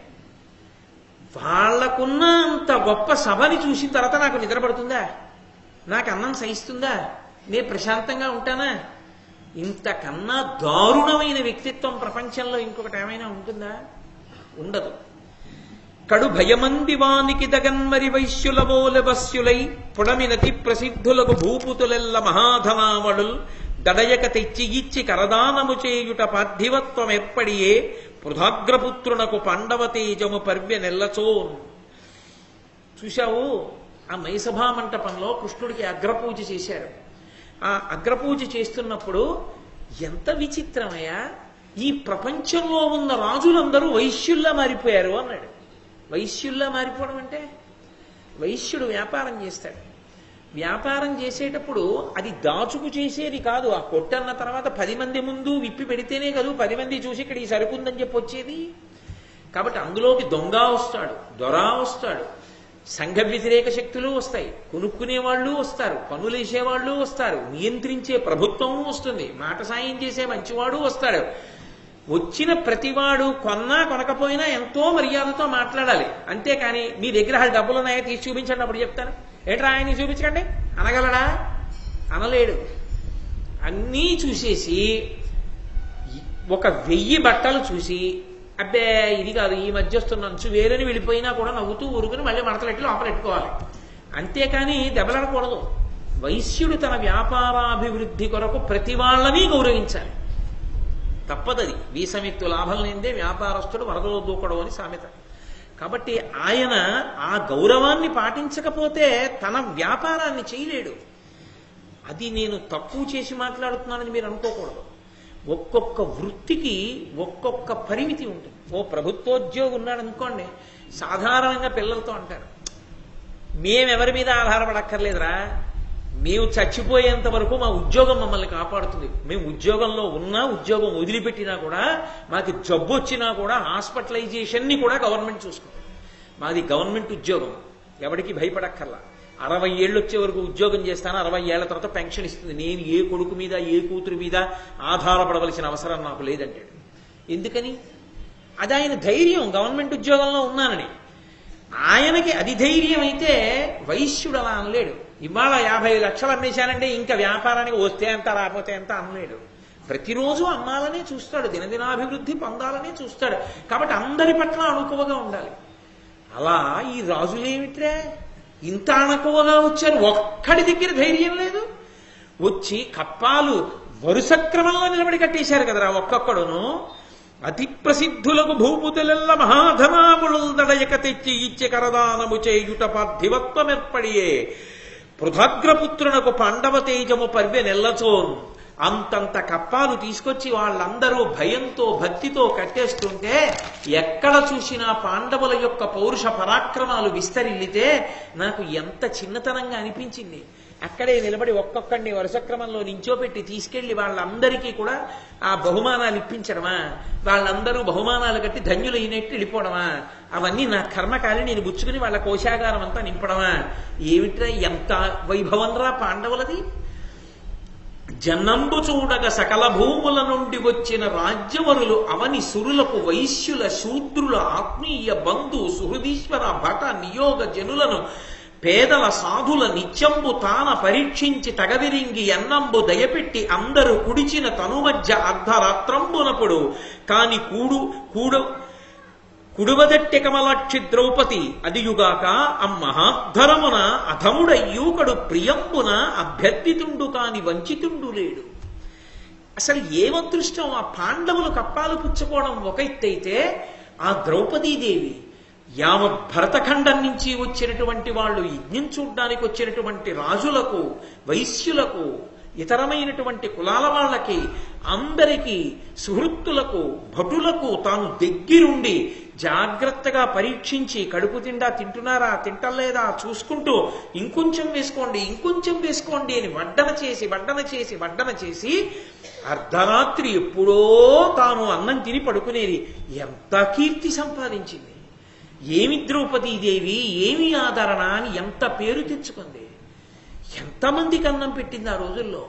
అంతమందికి అన్నం పెట్టి ద్రౌపది కీర్తి తెచ్చుకుంటుంటే నా కడుపు మండిపోలా. అది ఆయన బాధ. ఏం చెప్తాం? యాదవు చేతి చక్రము భయంకరమై శిశుపాల మస్తకచ్ఛేదము చేసినంగడు ప్రసిద్ధులు సౌరులనైన రాజుల యాదవ ముందటం జయజయధ్వనులిచ్చిరి గాని వాని శౌర్యోదయ వృత్తి కట్టెనుదర నోపరు ఎవ్వరు విక్రమింపగన్. ఒక పక్క అంత రాజ్యసభలో శిశుపాలుడు లేచి సభకి అవమానం జరుగుతోందన్నా సరే ధర్మరాజు అది అవమానం కాదు, కృష్ణుడికే అగ్రపూజ అంటుంటే, కృష్ణుడు చేతి చక్రంతో అడిగిన శిశుపాలుడిని చంపేస్తే ఒక్కడు లేచి ఇదే విదారుణం అన్నవాడు లేడు. పైగా జయజయధ్వానాలు చేశారు అందరూ కృష్ణుడికి. ఎంత బాధేసింది నాకు! ఇంతమంది ఆ కృష్ణుడికి పాండవులకి జయజయధ్వానాలు చేయడమా? అతుల పరాక్రమర్జితములైన ధనంబుల పేర్మి చేసి ఉన్నతమగుచున్న పాండు నరనాథ తనూజుల లక్ష్మినాక అసమ్మతమయి సూవిలింగే వినుమాతుల మానధనాఢ్యుడైన భూపతి సహింపమోపునే సపత్నుల వృద్ధియు ఆత్మహానియున్. చూడవయా మాతుల, ఓ మేనమామ, అతుల పరాక్రమర్జితములైన ధనంబుల పేర్మి చేసి విశేషమైనటువంటి పరాక్రమంతో అంత ధనాన్నంతటినీ ఆర్జించి ఉన్నతమగుచున్న పాండునరనాథ తనూజుల లక్ష్మినాక సమ్మతమయి సువిలింగే, అంత ఐశ్వర్యాన్ని పాండవులు పొంది ఉండడం చేత నాకు విశేషమైనటువంటి అసూయ కలుగుతోంది. నేను దాన్ని తట్టుకోలేకపోతున్నాను. మానధనాఢ్యుడైన భూపతి సహీంపనూపునే సపత్నుల వృద్ధియు నత్మహానియున్. ఆత్మాభిమానం ఉన్నటువంటి ప్రభువు ఇతరులు వృద్ధి పొందుతూ తాను తక్కువైపోతుంటే చూస్తూ ఉండగలవయా? దానికి జోడింపు. తను పనికి మాలిన వాణ్ణి తన ఎందు తప్పు బుద్ధి ప్రవేశిస్తోందండవు, తనది మంచి బుద్ధి అని చెప్పుకోవడం. ఒప్పుకోలేట మానధనుడైనటువంటి రాజు సపత్నుల వృద్ధియు నత్మహానియున్ అంగీకరించాడు. అందుకని నాకు పాండవుల మీద అసూయ పుట్టింది అంటే శకుని అన్నాడు, ఎందుకయా అంత బాధపడతావు? మీ నాన్న ఒప్పుకోవాలి, కానీ మీ నాన్న ఒప్పుకుంటే ఒక్క సైనికుడి అవసరం లేకుండా ధర్మరాజు గారిని ద్యూతానికి పిలిచి మాయాద్యూతంలో, ధర్మరాజుకి ద్యూత క్రీడ అంటే మిక్కిలి మక్కువ, కానీ ద్యూతమునందు ప్రావీణ్యమున్నవాడు కాడు. నన్ను మించినటువంటి వాడు 3 లోకములలో లేడు. మాయాద్యూతంలో చప్పుడవ్వకుండా పావుగంటలో పాండవుల యొక్క సమస్త సామ్రాజ్య వైభవాన్ని నిధిగా చేసేస్తాడు. కానీ మీ నాన్న ధృతరాష్ట్రుడు మహారాజు, అతను అంగీకరించాడు. అతను అంగీకరిస్తే తప్ప ఈ ద్యూతం జరపడానికి వీల్లేదు. అందుకని ఎలాగైనా సరే మీ నాన్న యొక్క అనుమతిని సంపాదించాలన్నాడు. వెంటనే దుర్యోధనుడు అన్నాడు, దానికేమి లోటు, మా నాన్నని ఒప్పిద్దాం పద అన్నాడు. ఇద్దరూ కలిసి వెళ్ళారు. దుర్యోధనుడు వచ్చాడు, శకుని వచ్చాడు. పరమప్రీతితో దుర్యోధనుడు ఆ ధృతరాష్ట్రుడు కొడుకొచ్చాడని సంతోషించాడు. అది మనసుకి పట్టేటట్టుగా నేపథ్యాన్ని తయారు చేయడం అనేటటువంటి ప్రక్రియలో శకుని ఎంత సిద్ధాస్తుడో అర్థమవుతుంది. అవతల వారి మనసుకి ఉన్నటువంటి బలహీనతని బాగా పట్టుకున్నాడు.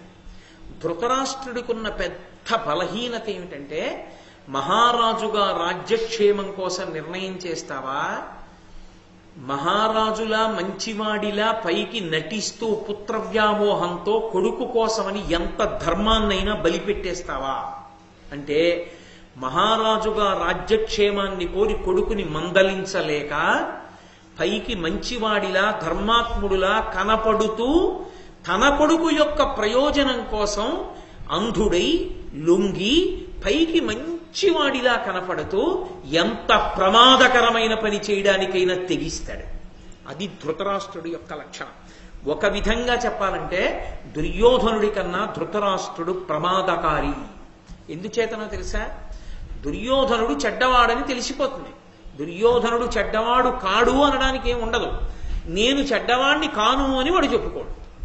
నాకు అసూయ ఉంది, పాండవులు వృద్ధిలోకి వస్తే నేను తట్టుకోలేను, నేను అన్నం తినలేనని చెప్తాడు. ధృతరాష్ట్రుడు అలా చెప్పాడు. నా తమ్ముడి కొడుకులండి, నాకెంత ప్రేమండి, వాళ్ళు నా బిడ్డలండి అంటాడు. కడుపులో రాచ పదవిని అడ్డుపెట్టి తమ్ముడి కొడుకుల రాజ్యాన్ని తన కొడుకులకి ఇప్పించడానికి ఎంత కుట్రయేకైనా సిద్ధపడతాడు. కాబట్టే అసలు మహాభారతంలో దుర్యోధనుడి కన్నా దుష్టచతుష్టయం కన్నా అత్యంత ప్రమాదకరమైన వ్యక్తి ఎవరు అంటే ధృతరాష్ట్రుడు. ధృతరాష్ట్రుడు అన్నప్పుడు మీరు ఒక్క విషయాన్ని గుర్తుపెట్టుకోవాలి.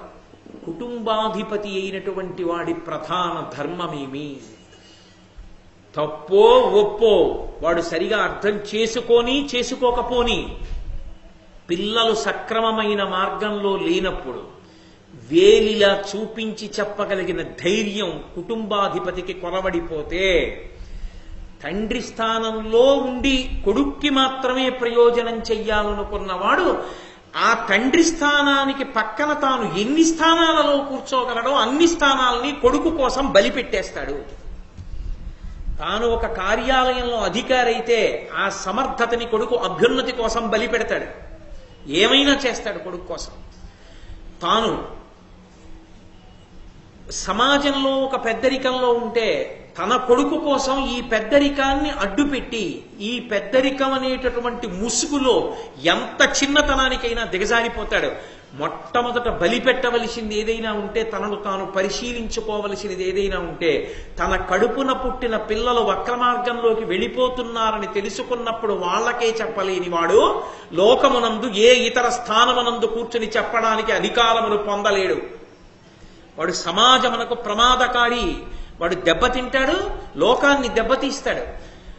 సంతానము మీద ప్రేమ ఉండడం తప్పు కాదు, సంతానం మీద వ్యామోహం ఉండడం, సంతానం ఏది కోరినా ఎంత అధర్మ మార్గంలో వెళ్ళిపోతున్నా నా బిడ్డ అన్న భావనతో ధర్మాన్ని చెప్పకపోవడం మాత్రం కొడుకు ఏమైపోతాడో నాకు తెలియదు, కానీ ఆ స్థానంలో కూర్చున్న తల్లిదండ్రులు మాత్రం భ్రష్టులైపోతారు.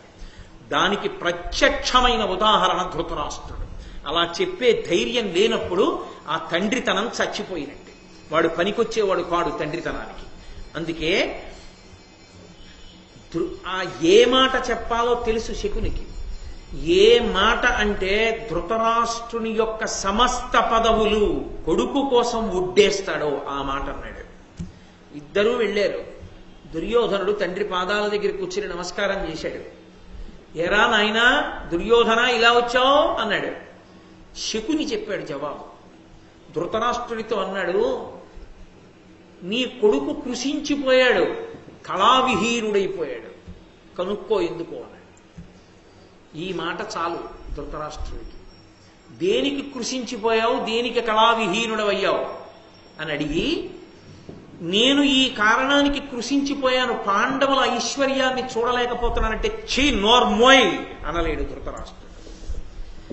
కొడుకు కృషించిపోయాడు, కళావిహీనుడైపోయాడు. ఇప్పుడు ఏది వస్తే తనకున్న దాని చేత కాదు, ఇతరులకున్నది తనదైతే కొడుకు సంతోషిస్తాడో అది ఏదైనా, ఎంత అధర్మమైనా, తన రాచ పదవిని అడ్డుపెట్టైనా కుతంత్రంతో చేస్తాడు ధృతరాష్ట్రుడు. ఇది తెలుసు శకునికి. అక్కడొచ్చింది ప్రమాదం. తండ్రి అవడం గొప్ప కాదు, తండ్రిగా కూర్చోగలగడం గొప్ప, తండ్రిగా రాణించడం గొప్ప, కర్తవ్యతానిష్టతో ఉండగలగడం గొప్ప. అందుకే ఆ మాట శకుని అనగానే కంగారు పడిపోయాడు. గబగబా ఓంగి కొడుకు ఒళ్ళంతా తడివేశాడు. తడివేసి కౌరవైశ్వర్యంబు గౌరవంబున సమర్పితమయ్య నీయంద పేర్మితోడ అనుజులు మిత్రులు అనుచరులను నీకు ప్రీతులు కాని అప్రియులు లేరు, వివిధ భోగముల్ దివిజేషణము గల అట్టుల కలవు నీకనుభవింప, సకల భూపతులు బాయక భక్తియుక్తులై ఒలసి నీ పనుపు చేయుదురు, పేర్మినేమి కొరతయ్యే ఇట్లు డయ్యను తనుఛాయ తరిగియుండ, సకల ధరణి రాజ్య భోగ సుఖ పరాన్ముఖత్వము పొంద, ఏల నీకు కురుకులీశ్వరుండ. అది కొడుకుని పిలిచినటువంటి సంబోధన. ఒక తండ్రి కొడుకు కృషించిపోయి కళావిహీనుడవై అయ్యాడంటే ఎందుచేతరా అనొక మాట అంటే చాలు. నా నీకు ఇన్నున్నాయి కదరా అన్నాడంటే ఆ కొడుకు ఎప్పుడూ ఏవి కోరుకుంటాడో, ఏదో లేదని ఏడుస్తున్నాడు, నీకు ఇంకా ఏది లేదు నాన్న అని అడిగినట్టేనా? నాన్న నీకు ఏసీ గది ఇచ్చాను కదా నాన్న, నీకు సెల్ ఫోన్ ఇచ్చాను కదా నాన్న, నీకు కంప్యూటర్ కొనిపెట్టా కదా నాన్న, ఇంటర్మీడియట్ ఫస్ట్ ఇయర్లోనే మోటార్ సైకిల్ కొనిచ్చాను కదా నాన్న, నువ్వు ఎవరిని గుద్దేసినా డబ్బులు కట్టి కేసులు మాఫీ చేసేస్తాను కదా నాన్న, అయినా ఎందుకు ఏడుస్తున్నావు అని తండ్రి అంటే వాడు పనికొచ్చే తండ్రా పనికి మాలిన తండ్రే? దేనికి ఏడుస్తున్నావురా అని అడగాలంతే కాదు. ఇన్ని మాటలు ఎందుకు? కౌరవైశ్వర్యంబు గౌరవంబున సమర్పితమయ్య నీయంద పేర్మితోడ. ఏమిరా కౌరవుల ఐశ్వర్యం అంతట్లోనూ ఎక్కువ భాగాన్ని నీకే కట్టబెట్టేశాను కదరా, తప్పు కదూ? తాను రాచరికంలో ఉండి అదేం పని అసలు? నీకే కట్టబెట్టానుగా. అనుజులు మిత్రులు అనుచరులను నీకు ప్రీతులు కాని అప్రియులు లేరు. నీ చుట్టుపక్కల ఉండే స్నేహితులనుకో, నీ తమ్ముళ్ళనుకో, నీ అనుచరులనుకో, వాళ్ళందరూ నీ ఎందు ప్రియభావనతో ఉన్నవాళ్లే కానీ నీ పట్ల అప్రియమైన భావన ఉన్నవారు కారే. వివిధోపభోగముల్ దివిజేషణము కల అట్టుల కలవు నీకు అనుభవింప. వివిధ భోగోపకరణములు దేవేంద్రుడికి ఎలా ఉంటాయో అనుభవించడానికి అలా అన్ని భోగోపకరణములు నీకు సమకూర్చాను అనుభవించమని. అన్ని ఉన్నాయిగా, ఇంకా ఏమిటి లోటు వచ్చిందిరా? సకల భూపతులు బాయక భక్తియుక్తులయ్యులసి నీ పనుపు చేయుదురు. ఇంతమంది రాజులు నీకు భయపడి నీకు ఊడిగం చేస్తున్నారు, ఇన్ని నీకు సమకూర్చాను కదరా. ఇన్ని ఉన్నా పేర్మి ఏమి కొరతయ్యే, నీకు ఇంకా ఆధిక్యతలో ఏమి తక్కువ వచ్చిందిరా? ఎందుకలా చిక్కిపోయావు? ఎందుకంత కళావిహీనుడు అయిపోయావు? రాజ్య భోగమునందు పరాన్ముఖత్వం ఎందుకు వచ్చింది నీకు? ఈ భోగాలు నేను అనుభవించానని ఒక్కడిగా అలా కృషించిపోయి ఎందుకు కూర్చుంటున్నావురా? ఏల నీకు కురుకులేశ్వరుండా, కురకులమునకు ఈశ్వరుట్టేవాడు అటువంటి వాడా అంటే ఎంత పుత్ర వ్యామోహమో, ఆ వ్యామోహం ముందు ఎంత యుక్తాయుక్త విచక్షణ కోల్పోతాడో, కొడుకు కోసం ఏదైనా చేసేయడానికి ఎంత సిద్ధపడిపోతాడో, అన్నీ కొడుకు కోసం చెయ్యడానికి సిద్ధపడుతూ తాను చాలా మంచి వాళ్ళని సంప్రదించి దాన్ని చేసినట్టు ఎంత బాగా నటించగలడో, పైకి కళ్ళు లేకపోవడమే ఉన్నా పైకి అంధుడులా కనపడినా లోపల నిజంగా ఎంత అంధుడో, ఎంత క్రూరుడో, ఎంత కపటియో ఈ ఒక్క పద్యం చెప్తుంది. అందుకే ఒక వ్యక్తి పరిణితి తెలుసుకోవడానికి వాడి కొడుకుతో మాట్లాడుతున్నప్పుడు, కొడుకు తండ్రితో మాట్లాడుతున్నప్పుడు కొడుకు ఎలా ఉండాలని తండ్రి కోరుకుంటున్నాడు అన్నదాన్ని బట్టి ఆ తండ్రి పరిణితిని గుర్తించి దగ్గర ఉంచుకోవచ్చా, దూరంగా పెట్టాలా నిర్ణయించుకోవచ్చు. కొడుకుతో మాట్లాడటమే చేత కాని తండ్రి లోకాన్ని ఉద్ధరిస్తాడా? ఏం ఉద్ధరిస్తాడు వాడు? అంతటి వ్యామోహం కొడుకు మీద. ఇన్ని మాటలు అడిగాడు. అందులో ఎక్కడైనా ఎందుకు అలా ఉన్నావురా అని ఒక మాట అడిగి వినాలి. ఇన్ని నీకు ఇచ్చాను కదరా అంటే ఇంకా ఏదో ఇమ్మని అడుగుతావురా నువ్వు, అయినా ఏం చేస్తాను తెస్తాను లేరా అన్న భావన ఉందా లేదా? ఇక ఆ కొడుకు ఎలా బాగుపడతాడండి? ఆ కొడుకు దేన్నో గుద్దేశాడని ఆడవడం కాదు, ఇంటర్మీడియట్ జూనియర్లో కొడుకు పేచీ పెట్టాడని మోటార్ సైకిల్ ఇచ్చిన తండ్రి కదా శిక్షార్హుడు ముందు. నేనైతే అంతే చెప్తాను, మీరేమైనా అనుకోండి. కాబట్టి దుర్యోధనుడు అన్నాడు ధృతరాష్ట్రునితోటి, ఏం చెప్పమంటావు నాన్న, పాండవుల రాజ్యం ఎక్కడి వరకు ఉందో తెలుసా నీకు? రాజసూయాగానికి వచ్చావుగా, చక్కగా కూర్చున్నావు, తిరిగి వచ్చేసావు. కానీ నేను రాలేదు, శకునితో కలిసి నేను ఉండిపోయాను అక్కడ, మైసభ చూసి వచ్చాను. పాండవుల రాజ్యం ఎంత దూరం వెళ్ళిందో తెలుసా? ఉత్తర దిక్కున ఉత్తర కురు దేశముల వరకు విస్తరించింది. ఇప్పటి వరకు ఎవరి సామ్రాజ్యం లేదలా, అంత దూరం వెళ్ళింది. అర్జునుడు ఒక్కడే వెళ్ళి సంపాదించాడు. ఈ భూమండలం మొత్తం మీద వాళ్ళ పట్ల ప్రీతి కలిగిన వాడు కాబట్టి శ్రీకృష్ణుడు, బంధుత్వం ఉన్నవాడు కాబట్టి ద్రుపదుడు తప్ప వాళ్ళ చేతిలో యుద్ధం చేసి ఓడిపోని రాజు లేడు. సమస్త ధరణికి నాథుడు ఇవాళ ధర్మరాజు, సార్వభౌముడు. శైల కానన ద్వీప విశాలమైన వసుమతీ చక్రమంతియు వారి వశము. ఏను ఒక రాజసుతుడనై ఇట్లు దీని చూడనోపుదు, ఎట్లు దీని చూడనోపుదు ప్రభవశూన్యునట్లు. నాన్న, ఇవాళ పర్వతాలతో, అరణ్యాలతో, ద్వీపాలతో విశాలమైనటువంటి ఈ భూమండలం అంతా కూడా ధర్మరాజు గారి యొక్క ఏకఛత్రాధిపత్యంలో ఉంది, ఆయన పరిపాలనలో ఉంది. నేను ఒక రాజకుమారుణ్ణే. కానీ నాన్న, ఒక రాజకుమారుణ్ణయ్యుండి ధర్మరాజు గారి యొక్క ప్రాభవాన్ని చూసొచ్చాను. నాకేది ఇవ్వాల సామ్రాజ్య వైభవం? నీకు అన్నున్నాయి కదరా, ఇన్నున్నాయి కదరా అంటావేంటి నాన్న? ఏముంది నాకు? ధర్మరాజుకి ఎంతుందో చూశావా? నన్ను రత్న పరిగ్రహణంబునందు పాండవుండు నియోగించ పార్థివేంద్ర, సర్వరత్నాకరైక ప్రశస్త రత్న పుంజముల కాస్పదము ధర్మపుత్రు గృహము. నన్ను ఎక్కడ పెట్టాడో తెలుసా నాన్న ధర్మరాజు? వచ్చిన వాళ్ళందరూ ఇచ్చిన రత్నాల పళ్ళేలన్నీ పుచ్చుకోరా అన్నాడు. అలాగే అన్నాను నాన్న పొరపాటున. ఎన్ని పళ్ళేలు ఇచ్చుకున్నాను లెక్కలేదు. సముద్రం రత్నాలకి వజ్రాలకి ఆలవాలం అంటారు. కానీ ఇవాళ అసలు ప్రపంచంలో ఉన్నటువంటి రత్నాలన్నీ ఎక్కడున్నాయో తెలుసా? ధర్మరాజు కోశాగారంలో ఉన్నాయి. అంత ఐశ్వర్యం ధర్మరాజుది. ఎవడో చెప్తే వినడం కాదు నాన్న, నేనే మోసి పంపించా కోశాగారానికి. నాకెంత బాధగా ఉంటుంది. ఎందరు రాజులు, ఎన్ని పదార్థాలు, పెద్ద చిట్టా చెప్పాడు. వాడు ఏనుగులు తెచ్చాడు, వీడు గుర్రాలు తెచ్చాడు, వాడు లొట్టిపిట్టలు తీసుకొచ్చాడు, వీడు సుగంధ ద్రవ్యాలు తీసుకొచ్చాడు, వీడు పట్టుబట్టలు పట్టుకొచ్చాడు, వాడు భూషణాలు పట్టుకొచ్చాడు, వీడు బట్టలు పట్టుకొచ్చాడు.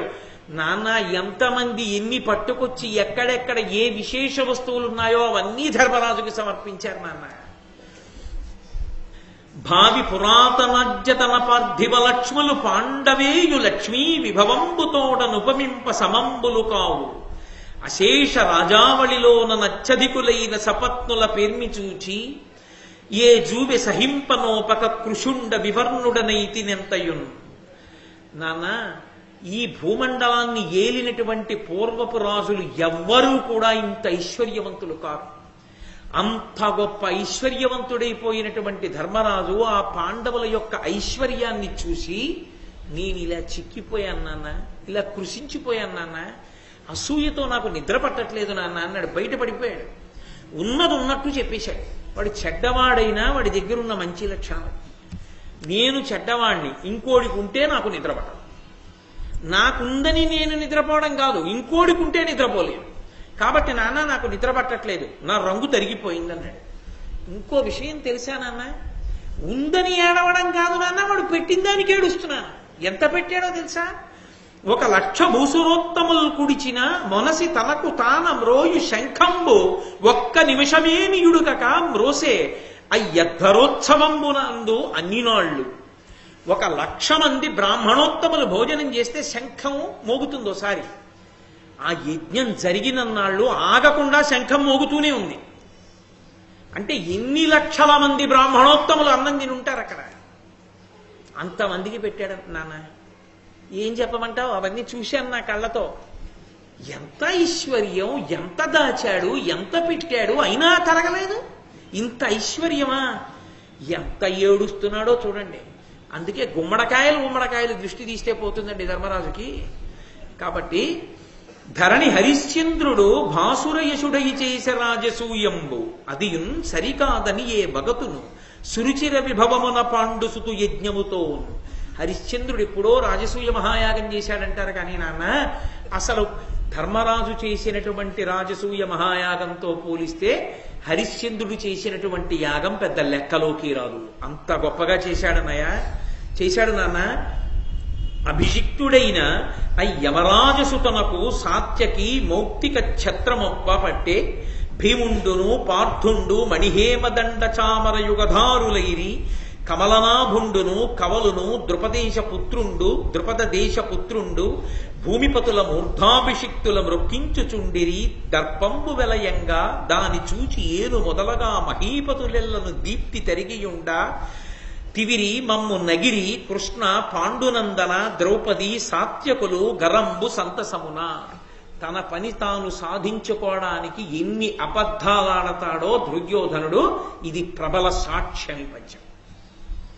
ఇందులో అన్నాడు, అభిషిక్తుడైన ఈ యమరాజసు తనకు సాత్యకి మౌక్తిక ఛత్రమొప్ప పట్టే.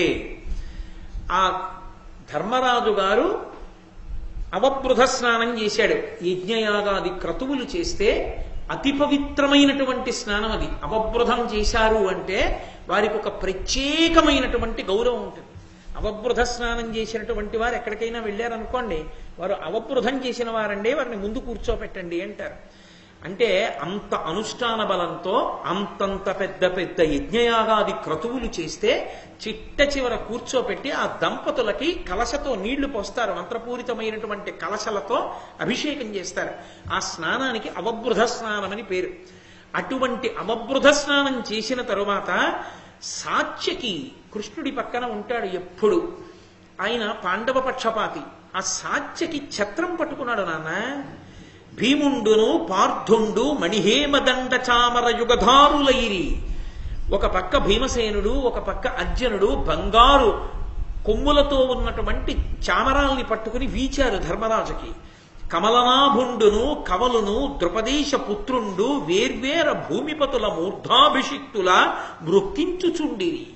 వరుస క్రమంలో నించుని దర్శనం చేసుకుని ఒక్కసారి ఆయన కాళ్ళకి నమస్కారం చేసుకుంటామండి అని వరుస క్రమంలో వస్తున్న రాజులు తోసుకుంటుంటే ఒక పక్క కృష్ణుడు నిలబడి, ఒక పక్క నకుల సహదేవులు నిలబడి, ఒక పక్క ద్రుపదుని యొక్క కుమారుడు దృష్టజ్యుమ్నుడు నిలబడి, వీళ్ళందరూ కలిసి ఆ రాజుల్ని తోసుకోకండి ఒక్కొక్కళ్ళని తీసుకెళ్లి ధర్మరాజు కాళ్ళకి దండం పెట్టిస్తే వాళ్ళ కిరీట కాంతుల చేత ధర్మరాజు యొక్క పాదములు ప్రకాశించి వాళ్ళు కప్పాలు కడుతుంటే రత్నాలు ఇస్తుంటే నేను పళ్ళాలందుకని పక్కకు అందిస్తుంటే నాన్న ఏం జరిగిందో తెలుసా?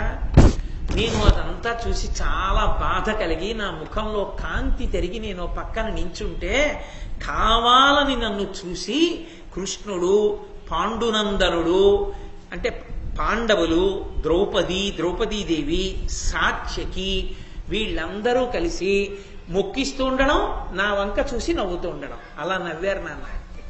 తండ్రికి ఎలా ఉంటుంది? అసలు పుత్ర వ్యామోహం. అలా నవ్వారా వాళ్ళు? రాజసూయంలో? అలా నవ్వితే నిజంగా భీష్మాదులు ఒప్పుకుంటారా?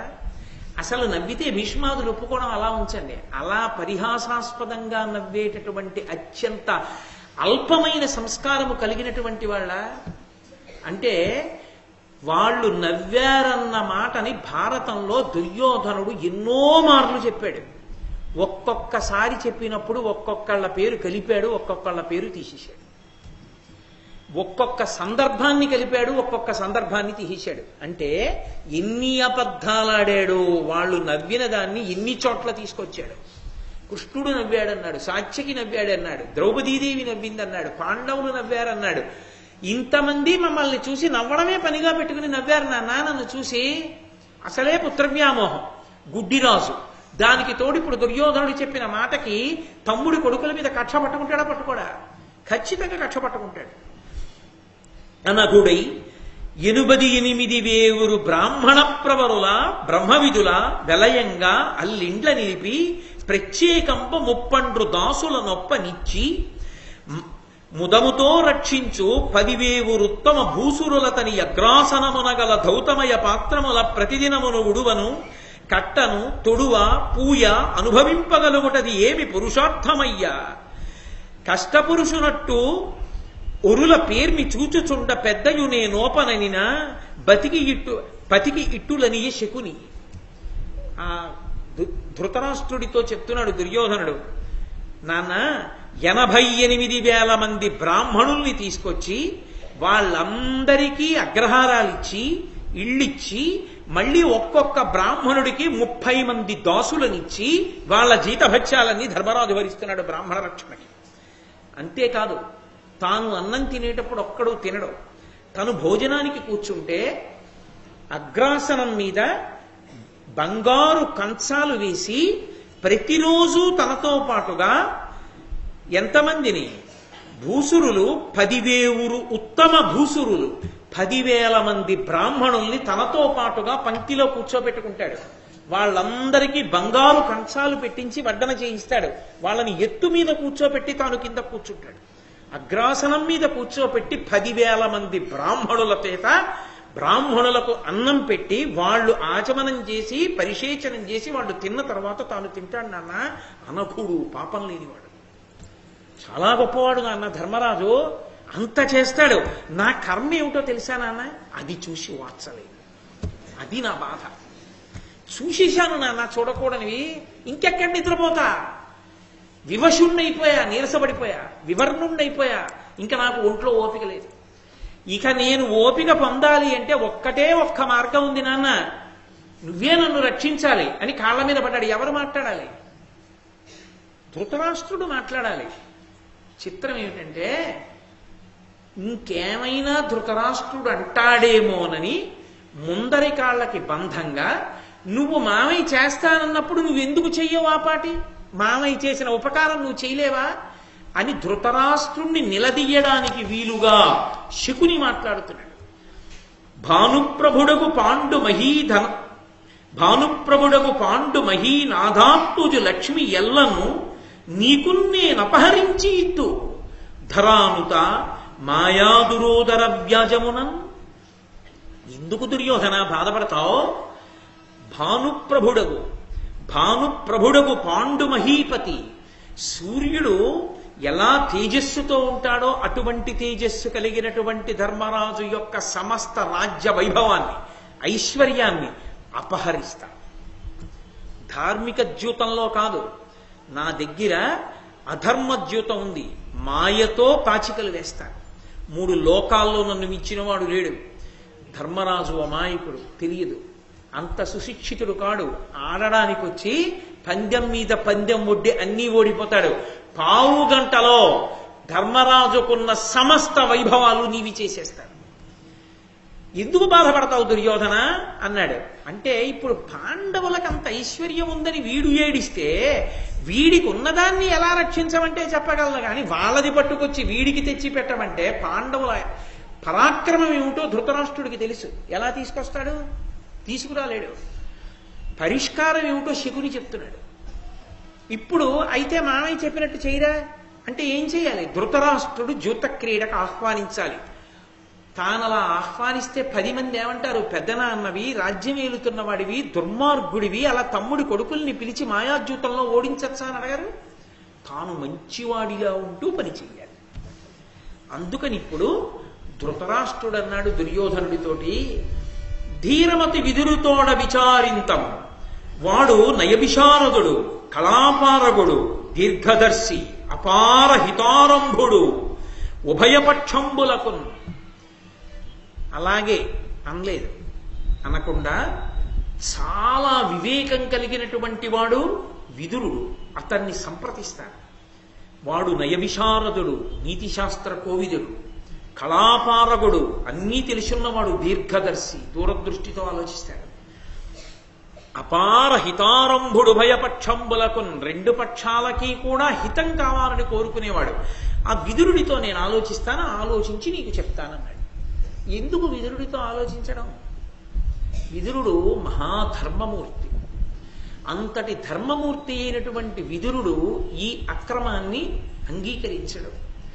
అంగీకరించడని తెలిసినప్పటికీ మరి ధృతరాష్ట్రుడు ఎందుకు విదురుడితో మాట్లాడడం? వినడుగా ఎలాగో విదురుడు తాను చెప్పిన మాట వినడు. మాయాద్యూతానికి విదురుడు ఒప్పుకోడు. తప్పు అలాంటి వద్దు, బుద్ధుందా లేదా నీకు? వాళ్ళకి పెద్దనాన్నవి, అటువంటి పనులు చెయ్యొచ్చా? మాయాద్యూతం ఏమిటి? పిల్లల మధ్య చిచ్చు పెడతావా? తప్పు, అలాంటి పనులు చేయకూడదు నువ్వు అంటే ఊరుకుంటాడా? అలా ఊరుకునేవాడైతే ఆ బుద్ధేదో తన కొడుక్కి తాను చెప్పద్దా? అంటే టక్కరితనం తండ్రిది ఎక్కడిదంటే, మహానీతి విశారదుడైనటువంటి విదురుణ్ణి నేను సంప్రదించాను, విదురుడు వద్దన్నాడు, కానీ ఏదో పిల్లలాడుకుంటానన్నారని ఒప్పుకున్నాను, విదురుణ్ణే పంపించాను తీసుకురమ్మని. నేనేం అబద్ధం ఆడానా? జూదం ఆడుకుందరు గాని కాసేపు కొత్తగా సభ కట్టాను రండిని చెప్పి నేను పిలుపుకి ఆహ్వానానికి పంపించింది విదురుణ్ణే కదా, విదురుడే కదా వెళ్ళి మాట్లాడాడు అని విదురుణ్ణి తీసుకొచ్చి సన్నివేశంలోకి దింపితే తాను మంచివాడన్నట్లుగా కనపడచ్చు. దుర్యోధనుడు ప్రమాదకారా, ధృతరాష్ట్రుడు ప్రమాదకారా? నేనందుకుని విదురుడితో మాట్లాడి నీకు చెప్తానన్నాడు. దుర్యోధనుడు అన్నాడు, పాండుపుత్రులకెప్పుడు పక్షపాతి విదురుడని చెప్పతొల్లియు విందు, దీని నెరిగి వారించుగాన అతడేల శకుని కైతవంబున కొడబడు కౌరవేంద్ర. ఎప్పుడూ విదురుడు పాండవ పక్షపాతి, వీడు పాండవ పక్షపాతి అంటాడు కానీ పాండవులు ధర్మమనందున్నారు, విదురుడు ధర్మపక్షపాతి. అందుకని విదురుడు పాండవుల పక్షాన మాట్లాడినట్టే కనిపిస్తుంది. పాండవుల పక్షాన మాట్లాడతాడు. అటువంటి విదురుడితో మాట్లాడి నువ్వేం నిర్ణయం చేస్తావు? మాయాద్యూతానికి పిలిపించగలవా వాళ్ళని? విదురుడు ఒప్పుకుంటాడా? విదురుడితో మాట్లాడతానంటావేంటి? దీని కొడబడవేని నీడ ఈ క్షణమా సర్వభక్షుచే భక్షితుండడమగుదను, తెల్లమేనెట్లయినా వగపు దక్కి విదురుడును నీవు ఉండు ముదముతోడ. నువ్వు మహారాజువి, మంత్రి విదురుడు, ప్రతిదానికి మంత్రిని సంప్రదించాలా? నువ్వు నిర్ణయం చేయలేవా? నీ కొడుకు కోసమా మాత్రం పిలవలేవా? ఇంత కష్టపడి మేనమామ ఓడించి అన్ని ఇప్పిస్తానంటున్నాడుగా, ఏ ఆహ్వానం పలకడానికేం రాజుగా?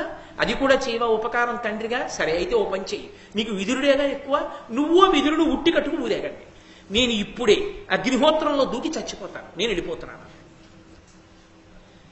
కొడుకు కోసం ఏమైనా చేసేస్తాడు కదా, చస్తే చావు అనమన్నాడు విదురుడు. వాడొక్కడిని వదిలి దరిద్రం వదిలిపోతుంది. మిగిలిన కొడుకు లేరు 99 మంది, నీకు ఒక్కడే కొడుక. వాడొక్కడు చచ్చిపోతే కోట్ల మంది బతుకుతారు, వాడొక్కడు బతకాలని కోరుకుంటే కోట్ల మంది చచ్చిపోతారు. దౌర్భాగ్యుడు, వాడిని వదిలేయి అన్నాడు. అలా ధృతరాష్ట్రుడు అనలేకపోయాడు. అక్కడ వచ్చింది పుత్రవ్యామోహం. కొడుకు అనేటప్పటికీ ఒరే తప్పురా, అలా ఉండకూడదు అనడు సరికదా, అదే వ్యామోహంతో ప్రవర్తిస్తూ చాలా ధార్మికంగా ప్రవర్తించినట్లు నటిస్తాడు. అక్కడుంది ఇబ్బంది. కాబట్టి వెంటనే అన్నాడు, ఉరే అంత పని చేయకురా, నువ్వు కోరుకున్నట్టే చేస్తానరా, పాండవుల్ని తప్పకుండా పిలిపిస్తాను అని 1000 మంది శిల్పుల్ని పిలిచాడు. ఎంత దురాలోచనో చూడండి. 1000 మంది శిల్పుల్ని పిలిచి అనేక ద్వారాలతో అద్భుతమైనటువంటి సభా నిర్మాణం చెయ్యండి అని వాళ్ళని ఆజ్ఞాపించి వలవల ఏడిచాడు. ఒరే కొడకా, నువ్వు అటువంటి పని చేయకురా, నువ్వు లేకపోతే నేను ఉండలేను రా అని. అంటే అక్కడ మహిసభా నిర్మాణం జరిగింది. రాజసూయానికి వీళ్ళని పిలిచారు. వాళ్ళని పిలవడానికి హేతు ఏమిటి? ఏదో ఒక హేతు ఉండాలిగా. కొత్తగా సభ కట్టాము, చాలా గొప్ప సభ, మణిసభ ఇది. ఓసారి ధర్మరాజు వాళ్ళు వస్తే బాగుంటుందని పిలిపించాడు. గోడలు స్తంభాలు ఎన్నాళ్ళు చూస్తారు మహిసభని చూసిన వాళ్ళు? అందుకని ఏం చెయ్యొచ్చు? ఇంత గొప్ప సభ అలా చూస్తూ కాలక్షేపం ఉత్తిరే ఏం కూర్చుంటాం, కాసేపు జూదం ఆడుకుందాం అనొచ్చు. అన్న తర్వాత కావలసినవన్నీ చెయ్యొచ్చు. అందుకని దానికి పిలుపుకొక ప్రాతిపదిక కోసం మంటప నిర్మాణం చేశాడు సభ. అందుకు పిలిచాడు 1000 మంది శిల్పుల్ని. తన కొడుకు కోసం ఎంత దురాలోచనైనా చెయ్యగలడు. తమ్ముడి కొడుకులు తన కొడుకులే అయినా అన్నగారు, తమ్ముడు చనిపోయాడు, అన్నగారై ఆ బిడ్డల్ని రక్షించవలసినటువంటి వాడు ఎంత దుర్మార్గుడై ఆలోచిస్తున్నాడో చూడండి. మనసుకి నియంత్రణ లేకుండా ఉండాలి కానీ తన మీద తనకి అదుపు లేకుండా పోవాలి కానీ మనిషి ఎంతకైనా తెగించగలడు అని విదురుణ్ణి పిలిచి, ఇలా మాయాద్యూతంలో గెలవాలనుకుంటున్నారు, శకుని ఆడతాడు, నువ్వు వెళ్ళి పాండవుల్ని తీసుకురావాలని చెప్పాడు. విదురుడితో మాత్రం నిస్సందేహంగా చెప్పేస్తాడు. విదురుడితో మాట్లాడతాడు. మంత్రి కాబట్టి విదురుణ్ణి పిలిచి చెప్పాడు.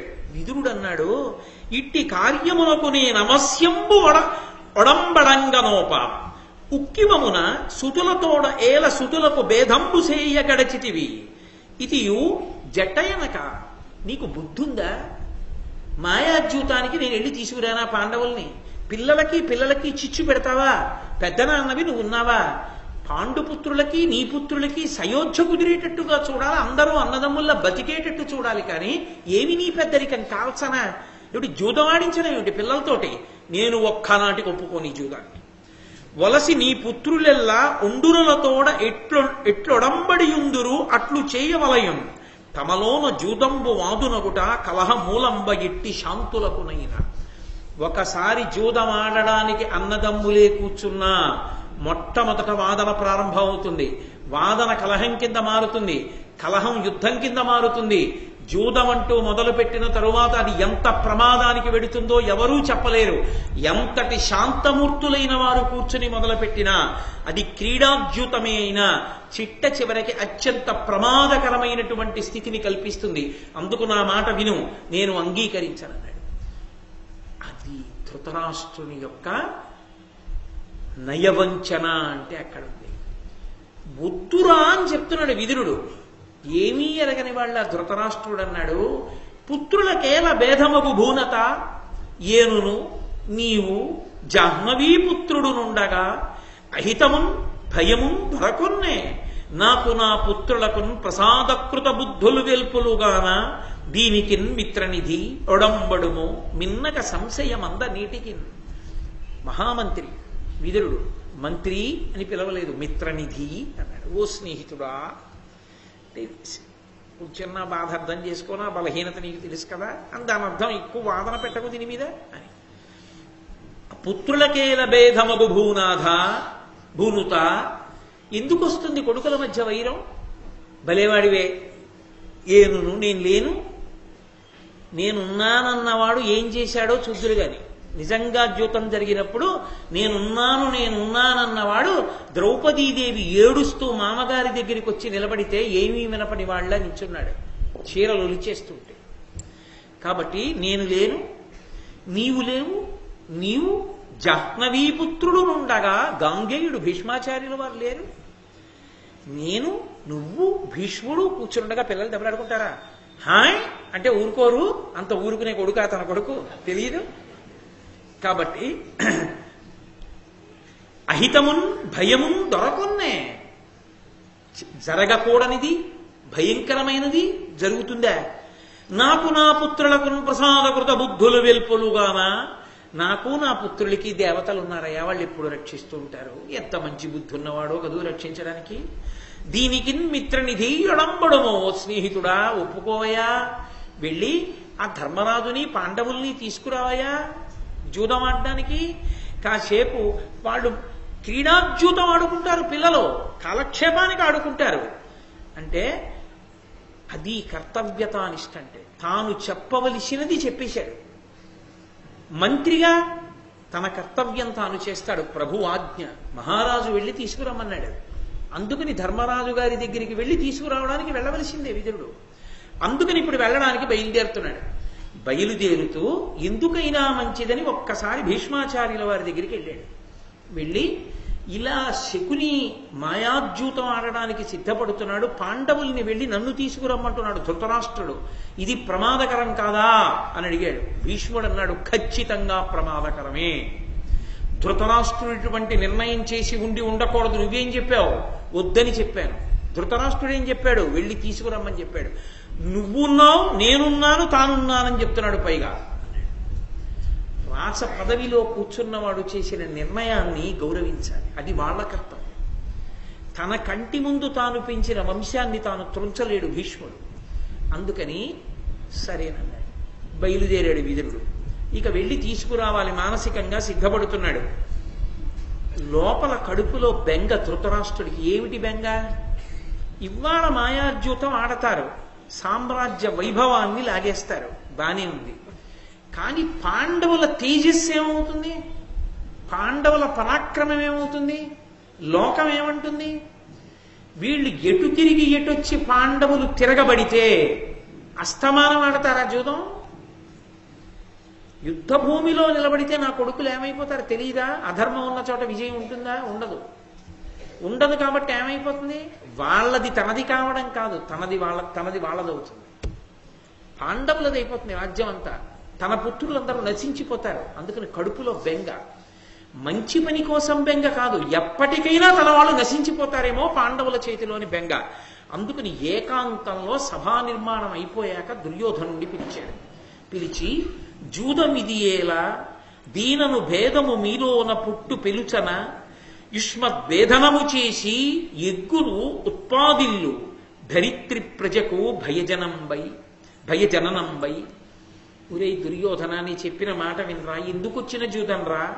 ఈ జూదం వల్ల మీకు తగువులు వస్తాయిరా, ఆ తగువు వల్ల భేదభావాలు వస్తాయిరా, దానివల్ల యుద్ధం వస్తుందిరా, యుద్ధం వల్ల ప్రజలందరూ పాడైపోతారా అంటున్నాడు. నువ్వేరా పాడైపోయేది? మీ నూరురే చచ్చిపోతారా? నేను ఏడవాలంటే దరిద్రం వదిలిపోయింది. అది అండం. ప్రజలకు ఇబ్బంది వస్తుందిరా అంటే కొడుకుతో కఠినంగా చెప్పలేడు, కొడుకుతో గట్టిగా దబాయించి మాట్లాడలేడు. ఎందుకు చెయ్యవలా? చెయ్యి, ధర్మం అది. నీకేం తెలిసని మాట్లాడుతున్నావు? మాట్లాడకెక్కువ అనలేడు కొడుకుని. కొడుకు కోసం నీతి చెప్పడం మానేసి ప్రజలు చచ్చిపోతారు, అందుకు జూదం ఆడొద్దని చెప్పాడు. ఇమ్మహి నీవు పాండవులు ఎప్పటి ఎట్ల పరస్పరానురాగమ్మున ఏలుచుంకి ఇది కార్యము. పాండవలక్ష్మి నీకు అసహ్యం మననేలా వంచనం పరార్థ పరిగ్రహ బుద్ధి చేసి పాపమ్మవు పాపకారులకు బాయునవశ్యము అర్థధర్మములు. ఇక్కడ తేలేడు. పురే ఎప్పట్లా నువ్వు పాండవులు కలిసి ఉండి ఎవరి సామ్రాజ్యం వాళ్ళు పాలించుకుంటే గొడవ వదిలిపోతుందిరా, ఈ భోగాలైనా దక్కుతాయిరా. పాండవ లక్ష్మి పట్ల నీకు ఎందుకంత అసూయ? వాళ్ళ కుండని ఏడుస్తావేమిట్రా? నీకున్నదానికి సంతోషించడం మానేసి. ఇప్పుడు నీకున్నది సంతోషిస్తే నీకు ఉన్న దాంట్లో పోతోందంటే పోకుండా చూడడం సాధ్యం. ఇంకోటి కుంది ఆడిది నీకు తెచ్చేయమంటే ఎలా సాధ్యం రా? వాళ్ళు పౌరుష పరాక్రమవంతులు, వాళ్ళు అది తీసుకొచ్చేయమంటారేంటి? తప్పు కదురా మాయాద్యూతంలో తేవడానికి. పాపం ముందు ధర్మం ముందు పాపం నిలబడదు. దానివల్ల చిట్ట చివరికి పాపకారులకు బాయునవశ్యము అర్ధధర్మముల్. అర్థము ధర్మము రెండు పోతాయిరా మనకి. అందుకని నా మాట విను, వద్దు అటువంటి పని చేయకన్నాడు. అంటే దుర్యోధనుడు అన్నాడు, ఇమ్ముల ధర్మజుతో జూదమ్మాడగ కంపనాకు ధరణీశ్వర యజ్ఞం మదియ సమస్తైశ్వర్యమ్ముల వడయగనుపాయం అభిమత బుద్ధి.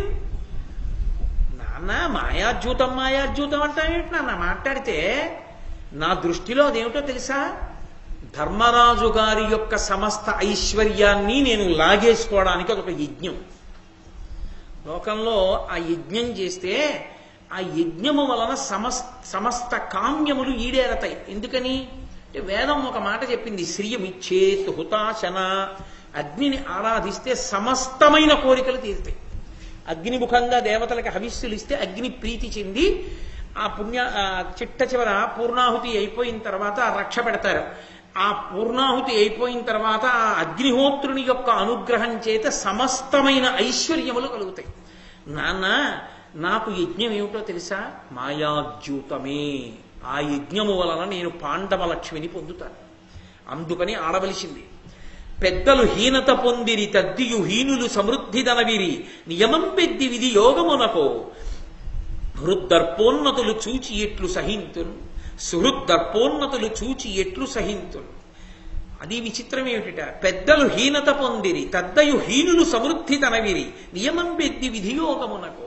బ్రహ్మగారికి బుర్ర లేదు నాన్న. పనికి మాలిన వాళ్ళకి ఐశ్వర్యమా? ఇంత గొప్పవాణ్ణి నాకు ఐశ్వర్యం తక్కువైపోవడమా? పాండురాజులు ఎక్కువడం వల్ల కదా నాది తక్కువైపోయింది. అసలు బ్రహ్మగారికి తలకాయ ఉందా? 4 తలకాయలు ఉన్నాయి కానీ అలా రాస్తాడా ధర్మరాజు నుదుటనా? నాన్న, నేను నీతో ఒక మాట చెప్తాను. అది ఆ ఇద్ది విధి వియోగమునకు అసుహృద్దర్పోన్నతులు చూచి ఎట్లు సహింతును. అది నాకు ఎట్టి పరిస్థితుల్లోనూ కూడా ఆమోదయోగ్యం కాదు. పాండవుల ఐశ్వర్యాన్ని నేను హరించవలసిందే. పరమసుఖోపాయంబున పర సంపద చేకొనంగబడునేమి నరేశ్వర అంతకంటే మిక్కిలి పురుషార్థం బెద్దియుండు భూనాథులకున్. మీరిందుల కందురుజను చేరగనే ఉండి తిని సభ చూడం దారుడినట్టి అపూర్వ సభారచనలు వినగా చూడబడ ఎవ్వరి చేతన్. నాన్న, అన్నిటికన్నా రాజు ఆలోచించేది ఏమిటంటే ఎంత సులభమైన ఎంత తేలికైన ఉపాయం చేత అవతల వారి యొక్క ఐశ్వర్యాన్ని మనం కబళించవచ్చని ఆలోచిస్తాడు. ఇంతకన్నా సులభమైన ఉపాయం ఏముంది నాన్న? ఓ యుద్ధమా, ఓ కత్తె, ఓ గద, ఏం కావాలి? అలా కూర్చుని పాచికలు విసిరితే చాలు, పాండవ లక్ష్మంతా నాదవుతుంది. నీకేముంది నాన్న? యజ్ఞం జరిగినంతసేపు ఉండి వెనక్కి వచ్చావు, నేను చూసి వచ్చా మైసభ. ఎంత గొప్పగా ఉందో తెలుసా? అది అసలు అటువంటిది చూడలేదు, వినలేదు. కాబట్టి నాన్న, ఇది జరగవలసిందే ఈ సభ అంటే. వెంటనే శకుని లేచి దుర్యోధనుడితో అన్నాడు, నాగరథాశ్వ సన్నాహమునర్పక యొడ్డనంబులు తీర్పక ఉభయ సైన్య వీరుల కరముల వివిధాయుధంబుల అన్యోన్య సంఘట్టనారవంబుల సగంగ సంగ్రామమేర్పడ చేయక అక్షముల్ తొలిచి ఏ నశ్రమమున ప్రతిపక్ష తతుల సంపదలు జయించి నీకిచ్చెద వగవంగనేల ధర్మరాజు ప్రీతితోడ రావించి అతనితో కడగు జూతమాడ కౌరవేంద్ర ఒండు పాట పాండవోన్నతి వేల్పులకైన నపహరింప నలవి కాదు. ఇది కౌరవులకు పాండవుల యొక్క పౌరుష పరాక్రమాలు ఖచ్చితంగా తెలుసు అనడానికి తార్కాణం.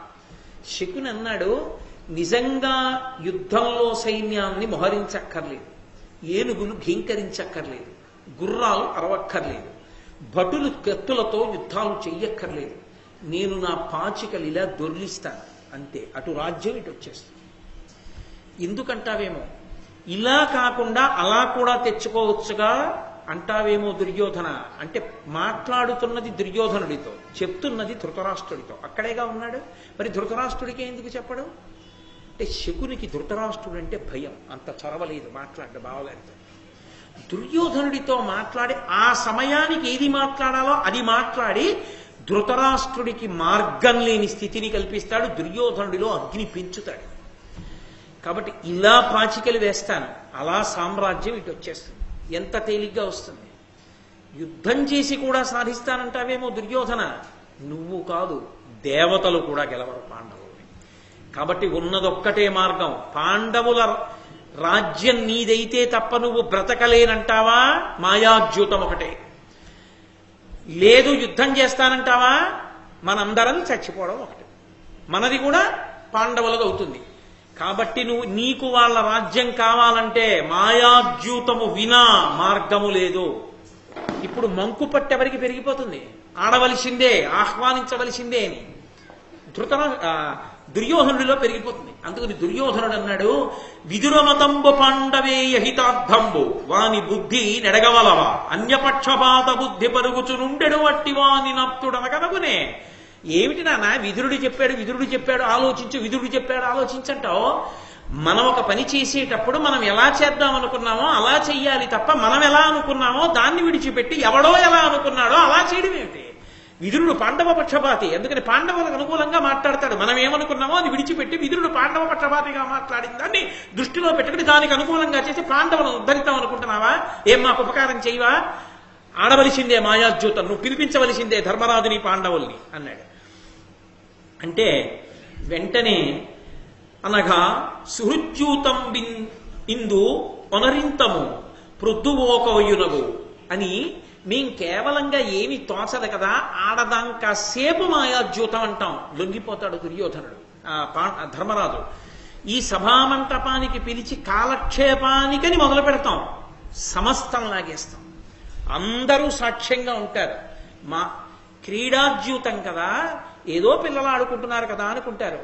అకస్మాత్తుగా పందాలు ఒడ్డుతాం, ఒడ్డి అన్నీ లాగేస్తాం. అందరూ తేరుకునే లోపల పాండవ లక్ష్మి మాది.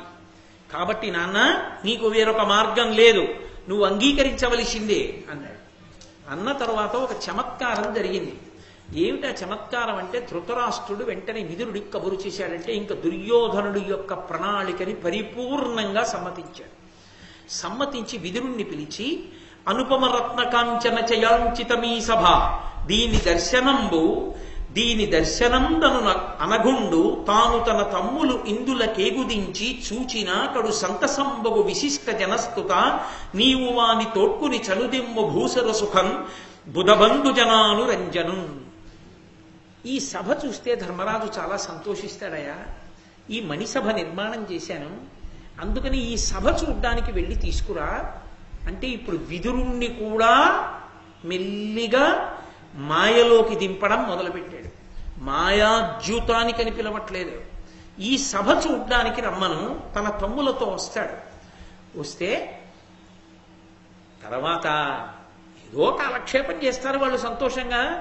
నువ్వు వెళ్ళి మంచి రథం కట్టుకుని తీసుకురా వాళ్ళని అంటే బయలుదేరాడు. బయలుదేరి వెళ్ళి విదురుడు ధర్మరాజు గారి యొక్క అంతఃపుర ప్రవేశం చేశాడు. విదురుణ్ణి తీసుకొచ్చి ధర్మరాజు కూర్చోబెట్టాడు. కూర్చోబెట్టి, బాగున్నారా, కుశల ప్రశ్నలు వేశాడు. మా పెద్దనాన్నగారు ధృతరాష్ట్రుడు ఎలా ఉన్నాడు, మా తాతగారు భీష్మాచార్యుల వారు ఎలా ఉన్నారు, గురువుగారు ద్రోణాచార్యుల వారు ఎలా ఉన్నారు, అన్ని కుశల ప్రశ్నలు అయ్యాయి. విదురుడు ఉన్న మాట ఉన్నట్టు చెప్పాడు. అక్కడ ద్యూత క్రీడ జరగబోతోంది, దానికి నిన్ను ఆహ్వానించాడు. అది ఖచ్చితంగా మాయాద్యూతం. నిన్ను నీ తమ్ముళ్లతో కలిసి రమ్మని సభామంటపానికి ఆహ్వానిస్తున్నాడు, కానీ ద్యూత క్రీడ కొరకే. ధర్మనందన నువ్వు బయలుదేరి రా అన్నాడు. అనగానే ధర్మరాజు గారు అన్నాడు, పుత్రవత్సలుడు విచిత్ర వీర్యాత్మజుడు ఆర్యుండు ధృతరాష్ట్రుడు ఆదరించి నిన్ను వినియోగించి నన్ను తోడ్కొని తేర, నీవు వచ్చితి నిమ్మితోడ లలితాపూర్వ సభావలోకనంబునయందు జూదంబు కార్యంబె చెప్పుమా, జూదంబు కథమన భేదంబు కాకుండా నేరదు మాలోన, నీ నియోగమనగా మా కలంఘ్యమైనట్లు ధృతరాష్ట్రు పనుపుసేయ నీకు పాడియదియ అనుచు విధినియుక్తుండయి అప్పుడు విదురుతో ఏగ నిశ్చయించి ఇందుకులుడు. ఆయన అన్నాడు, ధర్మరాజు మహానుభావుడు విచిత్ర వీర్యుని యొక్క కుమారుడైనటువంటి మా పెదనాన్నగారు ధృతరాష్ట్రుడు సంతోషంగా ఉన్నాడా? నన్ను తీసుకురమ్మని నిన్ను పంపించాడు ధృతరాష్ట్రుడు, నీవు నన్ను తీసుకెళ్ళడానికి వచ్చావు. ఒక్క ప్రశ్న అడుగుతాను, చెప్పు. లలితాపూర్వ సభావలోకనంబున యందు జూదంబు కార్యంబె చెప్పుమా. సభకి పిలుస్తున్నది, అక్కడ కట్టిన సభని చూడ్డానికి పిలుస్తున్నది, మాతో జూదం ఆడడానికి పిలుస్తున్నారు. నిజం చెప్పండి, జూదంబు కథమన భేదంబు కాకుండా నేరదు మాలోన. ఆ జూదం వల్ల మా మధ్య భేదాలు వస్తాయి. దానివల్ల ఏమవుతుంది నేను చెప్పక్కర్లేదు, మీకు తెలుసు. అంత ప్రమాదం జరుగుతుంది. నీ నియోగం అనగా మా కలంఘ్యమైనట్లు, కానీ వచ్చిన వాడివి నువ్వు. నీ ఆహ్వానాన్ని మేం కాదనలేం, బయలుదేరొస్తాం. ఎందుకని? ధృతరాష్ట్రుడు పంపితే వెళ్ళననడం నీకెలా సాధ్యం కాదో, నువ్వొచ్చి పిలిస్తే రాను అనడం మాకు అలా సాధ్యం కాదు. అందుకని వస్తాను అని విధి చేత ప్రేరేపింపబడినటువంటి వాడై ధర్మరాజు గారు తన తమ్ముళ్ళైనటువంటి భీమ, అర్జున, నకుల, సహదేవులతో, ద్రౌపదీదేవితో, ధౌమ్యుడితో, ముఖ్యమైనటువంటి సేవకులతో హస్తినాపురానికి బయలుదేరాడు. ఇక్కడ ఒక పెద్ద ప్రశ్న. ధర్మరాజు గారికి తెలుసు ఆడబోయేది మాయాద్యూతం అని తెలుసు. మాయాద్యూతం ఆడితే మనం అన్ని ఓడిపోతామని తెలుసు. ఓడిపోయిన తర్వాత కలహం వస్తుందని తెలుసు. కలహం ఎక్కడికెడుతుందో చెప్పలేమని తెలుసు. జూదం ఆడకూడదని తెలుసు. అది మంచి ఆట కాదు, అలా ఆడకూడదు. అది అందున ప్రత్యేకించి భూమిపతులకు అటువంటి క్రీడ యుక్తమైనది కాదని తెలుసు. ఆడుతున్నది క్రీడాద్యూతం కాదు, మాయాద్యూతం అని కూడా తెలుసు. ఇన్ని తెలుసున్న ధర్మరాజు గారు మరి ఎందుకు వెళ్ళినట్టు? వెళ్ళినవాడు తన తమ్ముళ్లనో సైన్యంతోటో వెళ్లకుండా తమ్ముళ్ళని తీసుకెడుతూ ద్రౌపదీదేవిని కూడా ఎందుకు తీసుకెళ్ళినట్టు? ధౌమ్యుడితో వెడుతూ చాలా తక్కువ పరివారంతోనే ధర్మరాజు గారు ఎందుకు వెళ్ళినట్టు? ధర్మరాజు గారికి తెలియదా ఈ విషయం? మరి ఇంత ప్రమాదం జరుగుతుంది అన్న విషయాన్ని సూచనప్రాయంగా విదురుడితో చెప్పిన ధర్మరాజు గారు నేను రాను అని ఎందుకు అనకూడదు? నేను రాను ఎందుచేత అంటే అది ఆడవలసిన క్రీడ కాదు తండ్రి, మీరు పిలవకూడదు దానికి, అందుకని నేను ఆ ఆహ్వానాన్ని తిరస్కరించానని చెప్పండి అని చెప్పచ్చు. కానీ ఆయన చెప్పలేదు. చెప్పకుండా నిన్ను ధృతరాష్ట్రుడు పంపితే వచ్చినట్లు అన్నాడు. ధృతరాష్ట్రుడి పనుపున విదురుడు రావడం ఉద్యోగ ధర్మం. అక్కడ మంత్రి, ఆయన రాజు. కానీ ఇక్కడ వీళ్ళిద్దరి మధ్య ఉన్న అనుబంధం అది కాదు, తండ్రి కుమారుల అనుబంధం. అతనికి తెలుసున్నప్పుడు అలా వెళ్ళకూడదు, విడితే ప్రమాదం జరుగుతుంది అని స్ఫుటంగా తెలుసున్నప్పుడు ధర్మరాజు గారు ఏ కారణానికి వెళ్ళాడు? వెళ్ళినవాడు మౌనంగా ఏమీ మాట్లాడకుండా ఏదో ఇంట్లో ఓ గరిటిచ్చేసినట్టుగా సమస్తాన్ని కోల్పోయాడు. ఎందుకు అలా జరిగింది భారతంలో? అసలు ధర్మరాజు గారు వెళ్ళడానికి ఏది ప్రబల కారణం వెనక? ఎంత ప్రబలమైన కారణం ఉంటే ధర్మరాజు వెళ్ళాడు? లేకపోతే కేవలము జూతమునందు ఆయనకు ఉండేటటువంటి అనురక్తితో ఆ ఆట ఆడకుండా ఉండలేక దాని మీద ఉండేటటువంటి ఉత్సాహంతో ఎంత అధర్మమని తెలిసినా కూడా, ఎంత ప్రమాదమని తెలిసినా కూడా నేను రాను అని అనలేక బలహీనతకి లోనైపోయి గబగబా వెళ్ళిపోదామని, అందుకే మిగిలిన వాళ్ళని పిలవకుండా తన తమ్ముళ్ళని భార్యని ధౌమ్యుణ్ణి తీసుకుని బయలుదేరి వెళ్ళిపోయాడా? అసలు ఎలా వెళ్ళినా ధర్మరాజు గారు వెళ్ళడం వెనక మనకి బలమైన కారణం ఈ సందర్భంలో ఇక్కడ చర్చలో కనపట్టలేదు. అంత తేలిగ్గా ఒక్క విషయం విదురుడితో చెప్పి బయలుదేరిపోయాడు. ఏ కారణానికి వెళ్ళాడు ధర్మరాజు గారు? ధర్మరాజు గారు ఏ కారణానికి వెళ్ళారో అందులో ఉన్న పెద్ద రహస్యం ఎక్కడ దాచారో, ఎక్కడ చెప్పారో ఈ విషయాల్ని రేపు ప్రసంగం ప్రారంభం చేస్తూనే చెప్తాను. అది చెప్తే తప్ప నేను తర్వాతి ఘట్టంలోకి వెళ్ళడానికి కుదరదు. ఇప్పుడు చెప్పడం మొదలు పెడితే అది పూర్తవదు. కాబట్టి అప్పుడప్పుడు కొద్దిగా ఉత్కంఠ ఉండాలి కదూ. దానికి ఎందువల్ల అన్నది ఎక్కడుందో ఈ రహస్యం, ఎక్కడ చెప్పబడిందో ఆ చెప్పబడిన రహస్యాన్ని రేపటి రోజు ప్రారంభంలోనే చెప్తా. మొదటి పావు గంట దాటిపోతే మీరు ఇంకోళ్ళని అడిగి తెలుసుకోవాల్సింది. మంగళాశాసన పరై మదాచార్య పురోగమై సర్వైశ్చ పూర్వైరాచార్యై సత్కృతాయాస్తు మంగళం. మంగళం కోసలేంద్రాయ మహనీయ గుణాత్మనే చక్రవర్తి తనూజాయ సర్వభౌమాయ మంగళం. ఉమాకాంతాయ కాంతాయ కామితార్థప్రదాయినే శ్రీగిరీశాయ దేవాయ మలినాథాయ మంగళం. కరచరణకృతం వా కర్మవాక్కాయజం వా శ్రవణనైనిజం వా మానసం వాపరాధం విహితం వా సర్వమేత్తక్షమస్వ శివ శివ కరుణాబ్ధే శ్రీ మహాదేవ శంభో. సర్వం శ్రీవామహేశ్వర పరబ్రహ్మార్పణమస్తు. స్వస్తి.